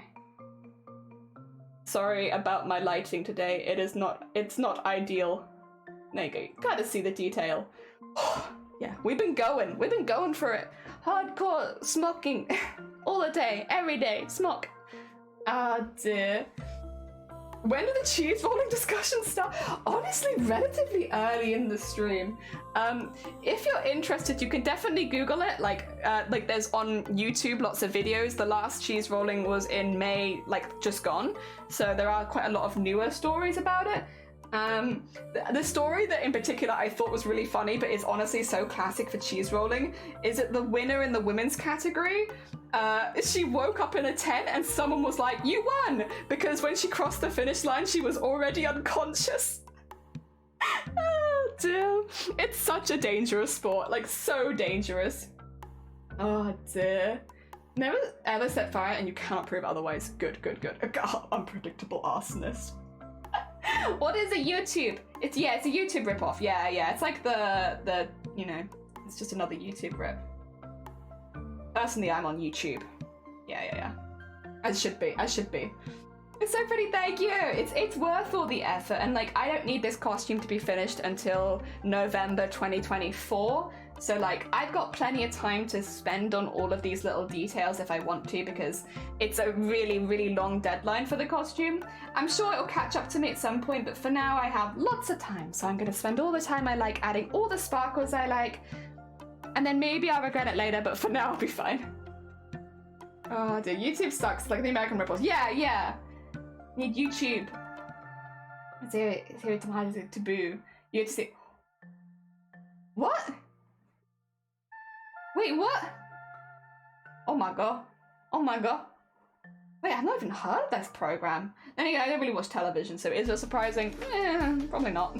Probably not super surprising. I think you normally need to watch television to hear about television shows. Okay. Yeah. Wait a second. I also follow this artist. Oh wait, do I follow them on Twitch? I follow them on Twitter. Wait a sec. 2 seconds. How do I follow them on Twitter and then not on? I'm a silly. Ignore me. Thank you for putting their emotes in chat. I needed that. I needed that. Someone needs to school me. I gotta double check these kind of things. I think there's a few artists that I follow on Twitter and then not on Twitch, where I spend all of my time. Oh, dearie me. Oh dear. Have you seen You? It's a very sweet... I've not. I don't really watch anything though, so it's probably why I've done the same. Yeah, I think as Twitter's really good in the algorithms, if you like artists, it recommends other artists to you quite a lot. So like, I've seen a lot of artists on Twitter and I start following them there. I have been trying to like double check if any of them have Twitch more often. And to be fair, there's been a few people I've been watching kind of consistently since then. Although most of them have been animators, which I don't think I personally would get into because of the amount of work, but I do like watching it. I like watching it. It's just a lot of hard work. I started watching a lot of Japanese pottery. Those guys are on another level. Their attention to detail and I do like watching that sort of stuff. The only thing I can be in any way detailed on is sewing. So when I see other people putting lots of time and effort, I mean, I know a lot of people are going to be like, well, obviously it's jelly, but like I like watching like people making really, really fancy food, like putting lots of time and precision into the food that they're making. I really like that. I watch a lot of that. I think that's really, really cool. Ah, dear. Pottery. Oh, dear. I just think it's sick when people put like that much time and effort into making one thing look really, really beautiful, whether it's art or pottery or food. Oh, unpredictable. Actually, is this kind of an early night for you? Hell yeah. Get some good Z's. Look after yourself. Ah, dear. Oh, dear. British baking shows are cool. I do like the British Bake Off, although I haven't watched it for a couple years now, to be honest. But, I think it's more like, you know, the videos of people making very delicious desserts or main courses where they go through like the steps of how they make each individual part of it and how it all comes together. I really like that. That makes me really, really happy, like watching people do all that, or like making candy and stuff like that. Excuse me, that's a lot of it. It's like the candy making. It's really, really cute, and it's like so much precision work, and like, but like when you see the payoff at the end of the finished candy looking really, really pretty, oh, it's so nice. Good night, good night. Get some good Z's. Even though I'm pretty sure it's like 8 in the morning for Unpredictable right now. I'm gonna call you out. You're sleeping at like 8 in the morning again. But no, to be fair, the small steps, only 7. Oh my god, only 7. What? I love watching chocolate. Oh yeah, chocolate makers, they're really good. I didn't even think of that. Yeah, people making like chocolate art. Oh, it's so impressive. It's like it's just a skill that I know I'm never gonna pick up. Like I'm never gonna do that. That's not something that I want to learn. But it's so impressive when you see other people doing it. Oh, I love it. I love it. I also love that you can kind of be like cross-inspired by things, even though I'm never going to, I'm never gonna be making chocolate myself.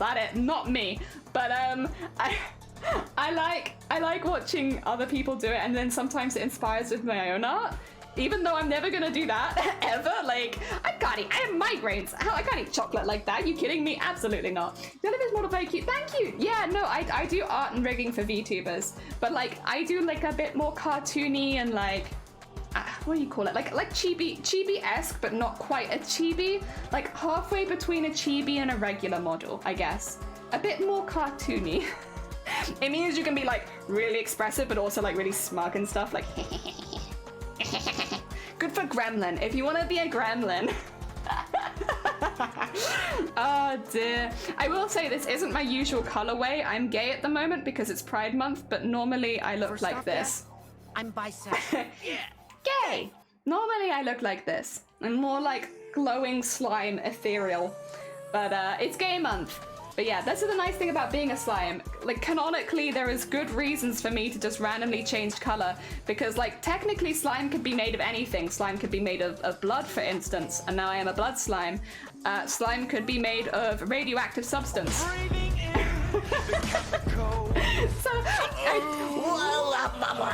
I can change my color whenever I want because I'm a slime. And that's what slimes do. Although I do want to be predominantly gay right now. Sorry, let me just go back to being gay. I'm bisexual. Gay! Oh dear, 10 out of 10. So good, thank you. Yeah, no, I've had a lot of fun with it. I've made myself a lot of models over the years, and this is like the first one where I'm like, I'm gonna stick with this for a while. This is me. This is how I want to portray myself to the outside world. I don't always use a VTuber. I'm like a... Honestly, this year I've been pretty 50-50. I've done like whole months as a VTuber and then like whole months as a face streamer. It depends how I'm doing, really, like health-wise. Like if I look physically ill, I won't show my face because I don't want to look ill on stream. I don't want that to be a part of my stream. So VTuber is like a good in-between. But then I'm also like a pretty expressive person anyway, so it works because honestly, it does track my face pretty good. Oh dear. Yeah, welcome on in. How are you doing? How was your weekend? I hope that it's going well.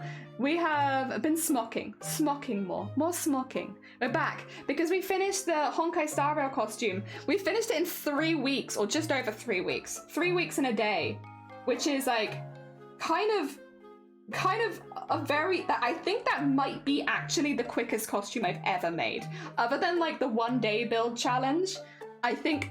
Outside of that, the Honkai Star Rail might be the quickest I've ever made a costume. And I made like a weapon and everything for it. And I patterned it from scratch. I'm genuine, like I'm just surprised it's done, honestly. But we finished it, which means I can start planning to do a photo shoot for that one. And we can get that hopefully entered into the Star Rail Creator Contest in July. And then, yeah, I can start another cosplay if I want to alongside this one. I did like having a second cosplay on the go, but I do think I want to do just a little bit of this for a while because we have more VTuber stuff going on. So I want to, like, you know, I can't do everything on the same day. I mean, I could, but yeah, there's a couple things I want to propose to a couple streamers as well, of being like, hey, proposal. So maybe we'll have some more exciting streams coming up as well. It was quick. It was super duper quick. I was genuinely kind of shocked. Yeah. I thought I gave myself until the end of this week to finish it. So I did have quite a short deadline, but yeah, it turns out we didn't need that much time. And it's just kind of done. And it's just hanging out in the other room right now because I need to find a way of getting it to the photo shoot spot because I will be wearing some of it, but not the whole thing because there's a lot of layers and definitely not the boots. Because I think I'll break my ankle if I wear those boots down there. Like, I have to climb a hill, so climbing a hill in how many inches? It's a 6-inch heel, but I think it's a 7-inch because of the platform. I think it's a 7-inch overall height boost, which would make me 6'1". I'm so tall in these shoes. It's all in the legs as well. But that's good though, because my legs are short and I have a long body. So actually it doesn't look that weird because my legs are super stubby legs. So yes. But I'm not walking down there now, and I'm not walking down there in the winter coat in the middle of like humid summer. So we need to find a way of like packing some of it into a bag, I think, and then putting it on when I get there. Fortunately, it's a relatively quiet area and we are planning to go midweeks. I don't think there'll even be that many dog walkers around, to be honest. So yes, fingers crossed, everything goes smoothly. Even if there are people in the area, I'll be honest, once I'm in cosplay, I don't feel as self-conscious. It's just the thinking about it that sometimes makes me a bit self-conscious, but yeah, normally it's really sweet. Like, whenever I've come across like British public while doing like my cosplay photo shoots, they're just in the background normally going like, woo, yeah, get it. Like, hey. So it does make me a little embarrassed, but they're normally really sweet. Like, I've never had any nasty comments. I think the most, it's mainly just like either is it for an event, is it for anything in particular, or just people like cheering. I've never had anything rude happen, thankfully. But then also like, I don't think in Wales you often see that many cosplayers just wandering around, so it probably is kind of an unusual sight. I definitely don't. I wish I did. I wish I saw more cosplayers just chilling, you know? But no, not really. Oh dear. I can say it now because it's been long enough, and also I don't live there anymore. But if you go on my Instagram and scroll like 10 years ago, actually no, I have a picture of it on my Twitter, I think in my banner, right? Like in the pinned comment thingy. There's a Sylvari costume, a Sylvari from Guild Wars 2, because I was for a very long time very obsessed with Guild Wars 2. And I took pictures of that in Cardiff's main park. So the main park in Cardiff, which I think is called Butte Park. I could be wrong. I think it's Butte Park. So there was a lot of people passing by because that's like the big park in Cardiff that everyone goes to. So like I was posing like near some background bushes, and like people kept walking past and being like, yeah, woo, you got this, you look great, yeah. And it was really sweet. It made me, because we were doing it on the way to a convention, because that was when they still had MCM in, although not MCM, they had Cardiff Film and Comic Con. They don't have that anymore, but when they had Cardiff Film and Comic Con at the Motor Point, I was on my way there. So like, well, it wasn't exactly on my way, it was a bit out of my way actually, but like we knew Butte Park was in Cardiff, so we went to Butte Park to take the photos before the convention started, and it was really, really nice, and everyone was really sweet. And like I did feel a little self-conscious just because obviously I looked really odd, but I think that's the other thing is like, even if I walked past the same people the next day, when you're not in costume, you look so different. At least in my experience, nobody has been able to recognize me in versus out of costume. It probably also helps that a lot of my cosplays do cover my face to an extent. So like, yeah, of course no one's gonna recognize you, they haven't seen your face. But yeah, like even if you walk past those same people the next day, like they never know. They're never gonna know. So that makes me feel a bit better. Oh dear. Although yeah, in this particular case, I'd kind of be surprised if anyone even found me. Not that I am hoping that people find me, to be fair. I would like to, you know, it's easier to do a photo shoot, to be fair, when there aren't people walking past, because it is distracting and like, you know, a bit embarrassing sometimes. But yeah, I think this place will be a bit quieter, which is good. Get on nice photos, and hopefully the weather holds out. I think it's going to be sunny and cloudy, which is kind of perfect, but it probably means it will be a bit humid. But it is also the kind of the weather that I was looking for. It's going to be like that, I think, most of the week. Just like a bit sunny, a bit cloudy, you know? I'll double check it closer to when we actually go. But I think that's what I'm kind of expecting. Wow, there you go. We've got 3 more little holes to fill with sequins. And then we have actually done the whole piece. It's taken nearly 3 hours just to get the sequins in. It makes a big difference, I promise you. Like like the sparkles add so much. Because they're inset, is that the right way of putting it? Inset? They're inset, so it's like, they don't catch the light naturally, but they do sometimes. Oh, are you going to a birthday? Heck yeah, enjoy the birthday. I hope you have a good day. Oh, that's gonna be fun. That's gonna be fun. Yeah. Unfortunately, my camera's being a bit funky right now, but you can kind of see it. It's just, I think I'd have to turn the light off. Yeah, when I turn the light off, it's a lot more obvious, huh? Yeah. Look at that. Nice and shiny. Hell yeah. It makes it nice. I love adding the sparkle. Sparkle is important. In my mind, cosplay must be sparkly. Not for everyone, but for me. It's the one thing that puts me off doing like a Bloodborne cosplay, because I've seen so many outfits from Bloodborne that I absolutely love, but then I'm also like, but sparkle though. But where can I put my sequins and my beads? Where can I be sparkly?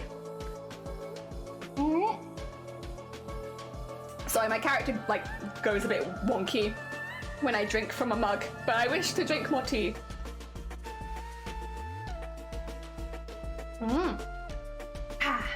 It's very cold. It has been nearly 3 hours since I made it, so I guess that's kind of what you expect.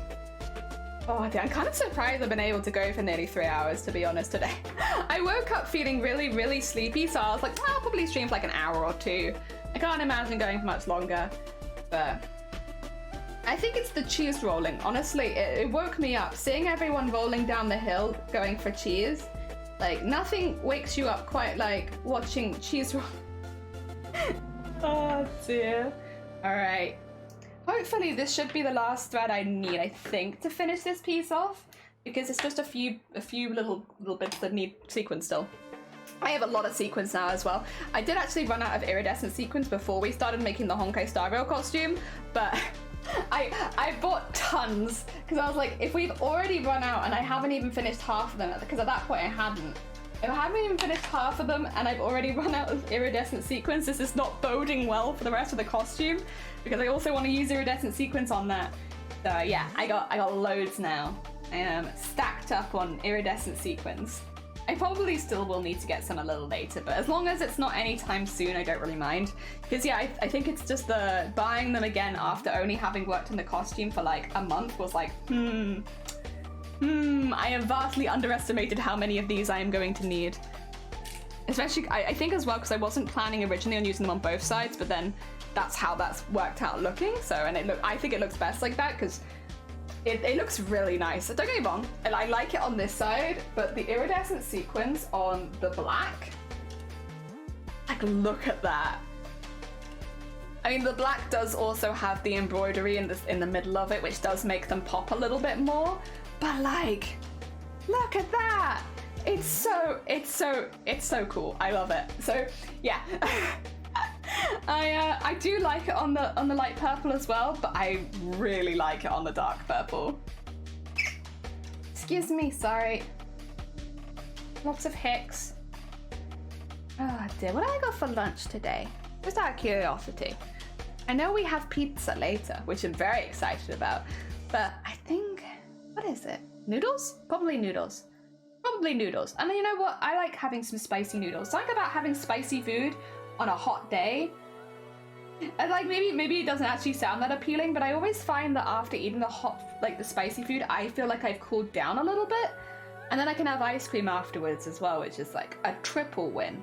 The triple win is delicious noodles, spicy, makes you feel like I've cooled down a little bit, and then ice cream afterwards. If this is a worldwide brand, it's Haagen-Dazs, an ice cream that you get elsewhere in the world, but it's like a posh ice cream brand here. But they had it on special, so it was like a lot cheaper than usual, and I got the strawberry cheesecake Haagen-Dazs, and it's so good.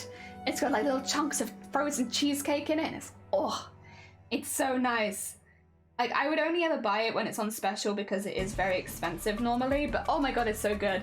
Lost, good morning! I hope you're doing well. Thank you for the hydrate. You know what? I will double hydrate. Heck yeah. We've nearly put all the sequins into this, but we're back to smocking again now. Excuse me. Yeah, we're back to smocking. And I'm probably going to be using the VTuber model for just a couple days this time, I think. We'll probably be a couple days of using the VTuber model, then a couple days of face, and then it'll be VTuber SummerSlam where we'll be definitely using the VTuber model again. So yeah, we got on and off. There'll be a bit of both of me. All of me. One day maybe I'll do some sort of cosplay for this. I think it'd be really difficult because she's meant to be made of slime. I mean, I can cover myself in like, I don't know, something slimy, but the hair I think would be really, really difficult. That being said, I definitely have seen at some point like somebody doing some kind of slime cosplay, so there must be a way people achieve that look. It's just not in my current arsenal of like cosplay skills is what I expect. Ah dear, just woke up for the second I was one. The kid woke me up last time because the sun had been out.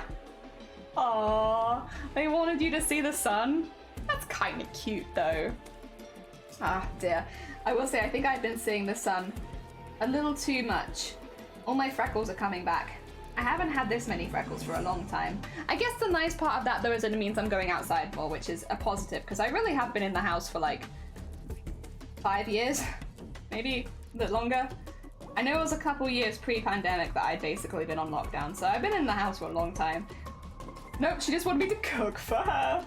Okay, that's a little, yeah, I mean, it's nice that they appreciate the quality of your food enough that they would ask you to cook for them. I'm trying to spin this, I'm trying.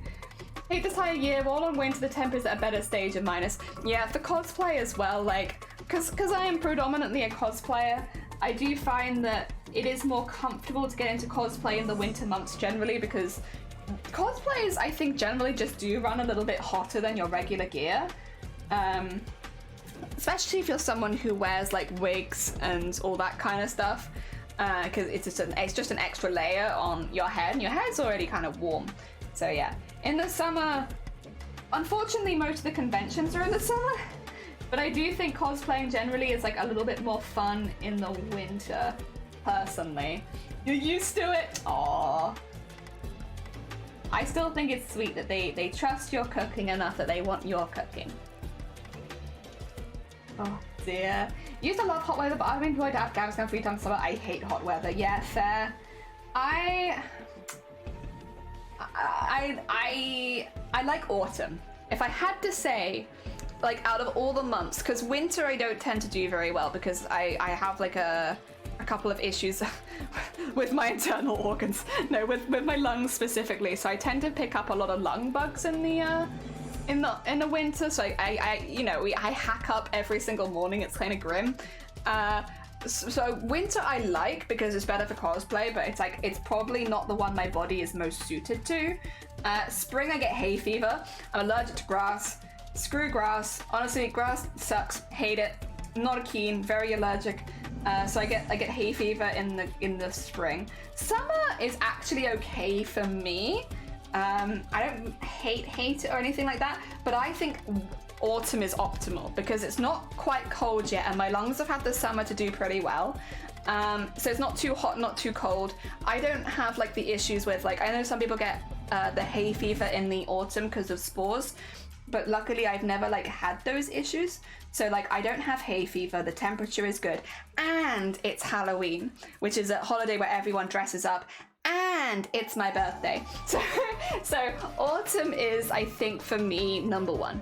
I'm a little bit biased, but I really like autumn. I like the flavorings of things that come out in autumn because I'm a big cinnamon fan, and so like in autumn into winter people flavor lots of things with cinnamon, and I really like that. I love cinnamon. And then yeah, it's like you can start wearing your cardigans again and everything, and I love wearing jumpers and cardigans, so that's nice. And yeah, but it's not so cold that, like, you know, it's like bitingly cold or anything like that. I like autumn. I'm a big fan of autumn. It's also really pretty because all of the trees go yellow and oranges and reds. Like, it's a really, really nice time of year. Yeah, autumn. I will try. I don't really feel like I need to sell autumn to all of you, but I will sit here on stream and sell why autumn is in fact the best time of year, or fall if you're American. Autumn or fall, whichever we want to call it. Yeah, I like it. Also, autumn is Breast Cancer Awareness Month, so we get to do all of our Boobtober stuff. Autumn, big good. Yes, we love autumn here. I think I would enjoy spring more, to be fair, because I do like all of the flowers and I do like all of everything growing in and stuff like that. I do like spring. It's just the hay fever that kind of tips it for me. It's like, if I didn't have that bad, like if I didn't have hay fever, I probably would like spring a hell of a lot more than I currently do, because that's the only thing that holds it back for me, because the temperature is pretty good, humidity is all right, like, you know, and also like, I don't know, it's like about spring after winter that always makes me feel like kind of happy seeing everything growing back again. It's also like the season of all the animal babies, which is really cute, where you get to see all like the foals and calves and all that kind of stuff. So like, I like that too. But yeah, it's just the hay fever. The hay fever knocks it down a lot for me. Otherwise, I think spring might even be my favorite if it wasn't for hay fever, to be honest. Also, B, thank you for the lurk. That's very heckin' kind of you. I hope this season of Apex is treating you well. Heck yeah. Have a lovely lurk. Oh dear. Yeah, just discuss. I say we. I'm just discussing my favorite seasons, really. Just me. I like winter because I like Christmas. I will say I am a fan of Christmas. I like it. I enjoy it. I love thinking of or making gifts for my family. I do like Christmas. So I will say I'm not a Christmas hater by any means. The thing is, Christmas is a very expensive time of year. So even though I like it, it's like I think I would struggle to rate it the highest just because it is like a time where you have to budget a lot more. So it's like a little bit more stressful than maybe the rest of the year. Where, although to be fair, we have a lot of spring birthdays, so we do have quite a few of those back to back, but it's still, they're at least separated a bit, so yeah.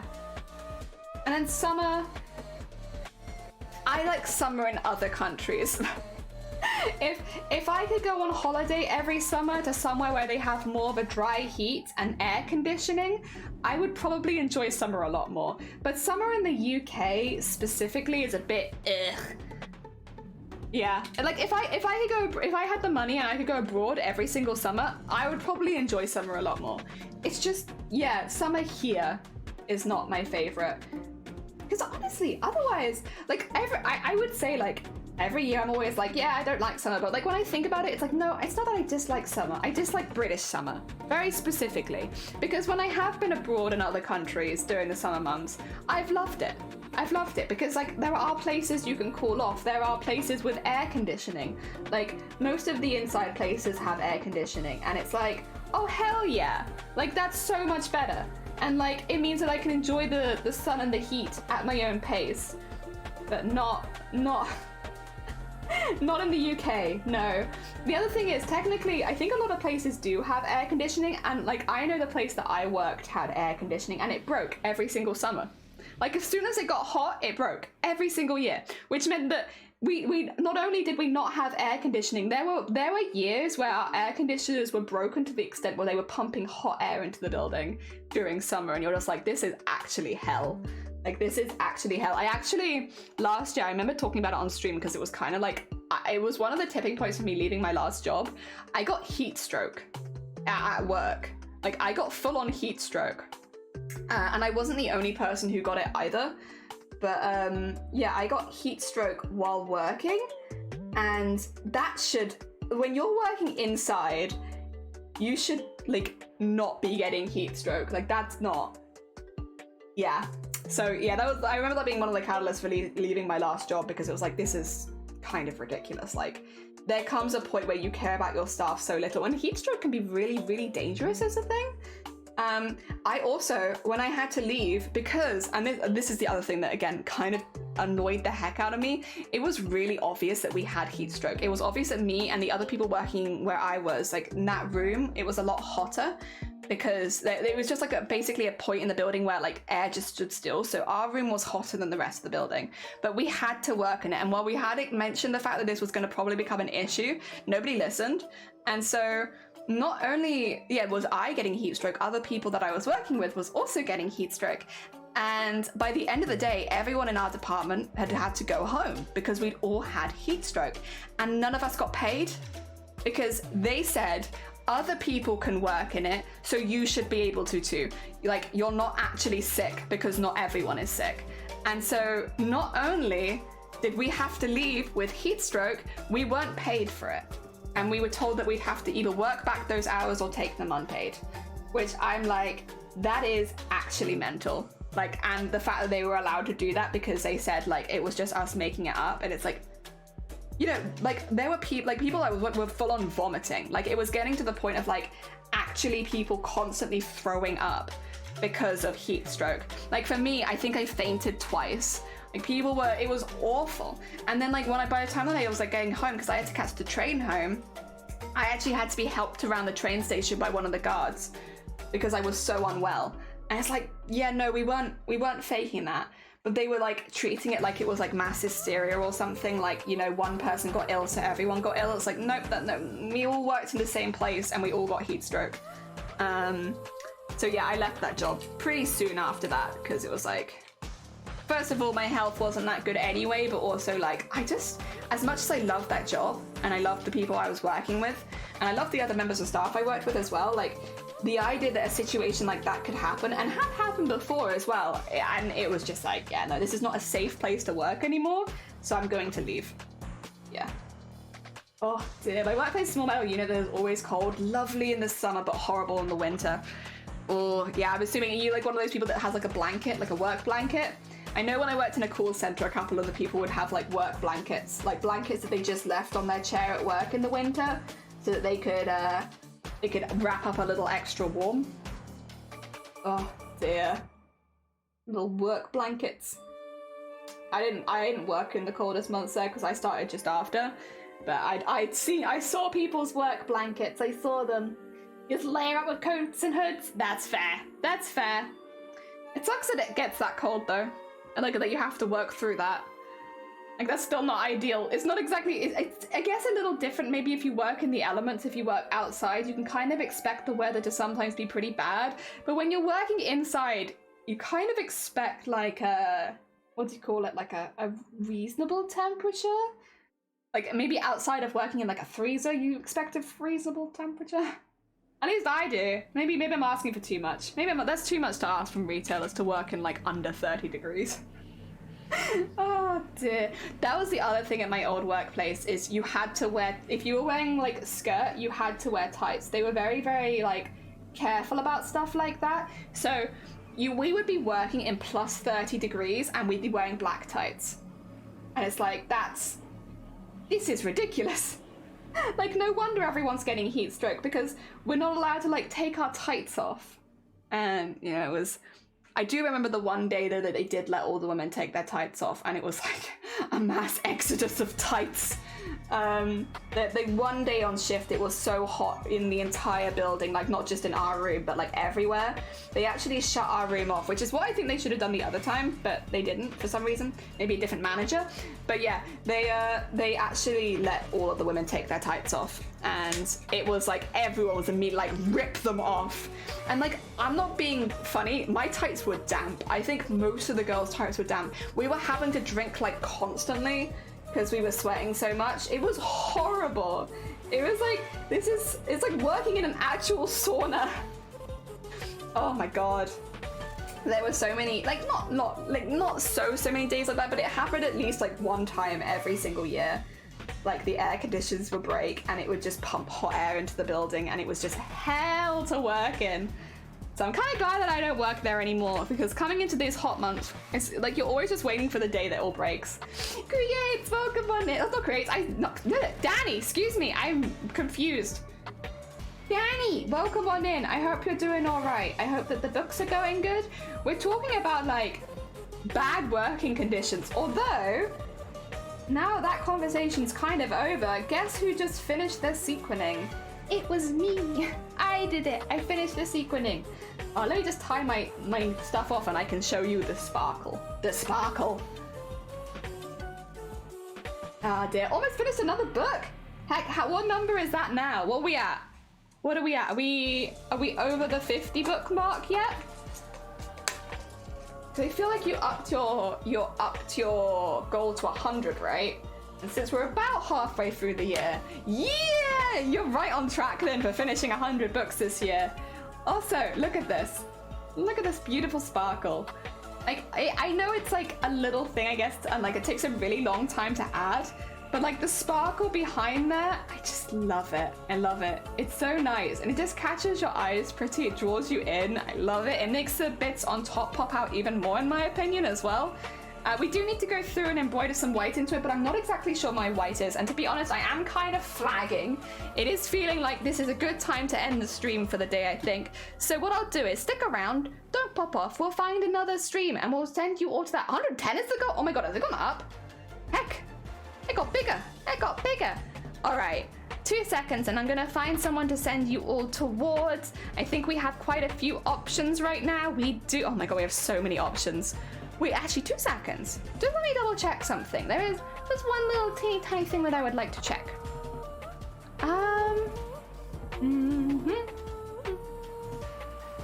Ooh, okay. Oh god, okay. Let me just throw a wrench in the works and make this a little harder. No, I think it's okay. I just want to double check sometimes, like, how long people have been streaming for. I I can't see anything in Cozy's chat that's saying they're going to end soon. They have been going for a couple of hours, but I think it's okay. I think we're okay to raid Cozy. So 2 seconds, I'm gonna be sending you all into Cozy, a very, very, very talented maker and crafter on Twitch. And I think all of you, if you've enjoyed your time here, I think you'll definitely enjoy your time there because they're a very, very sweet bean.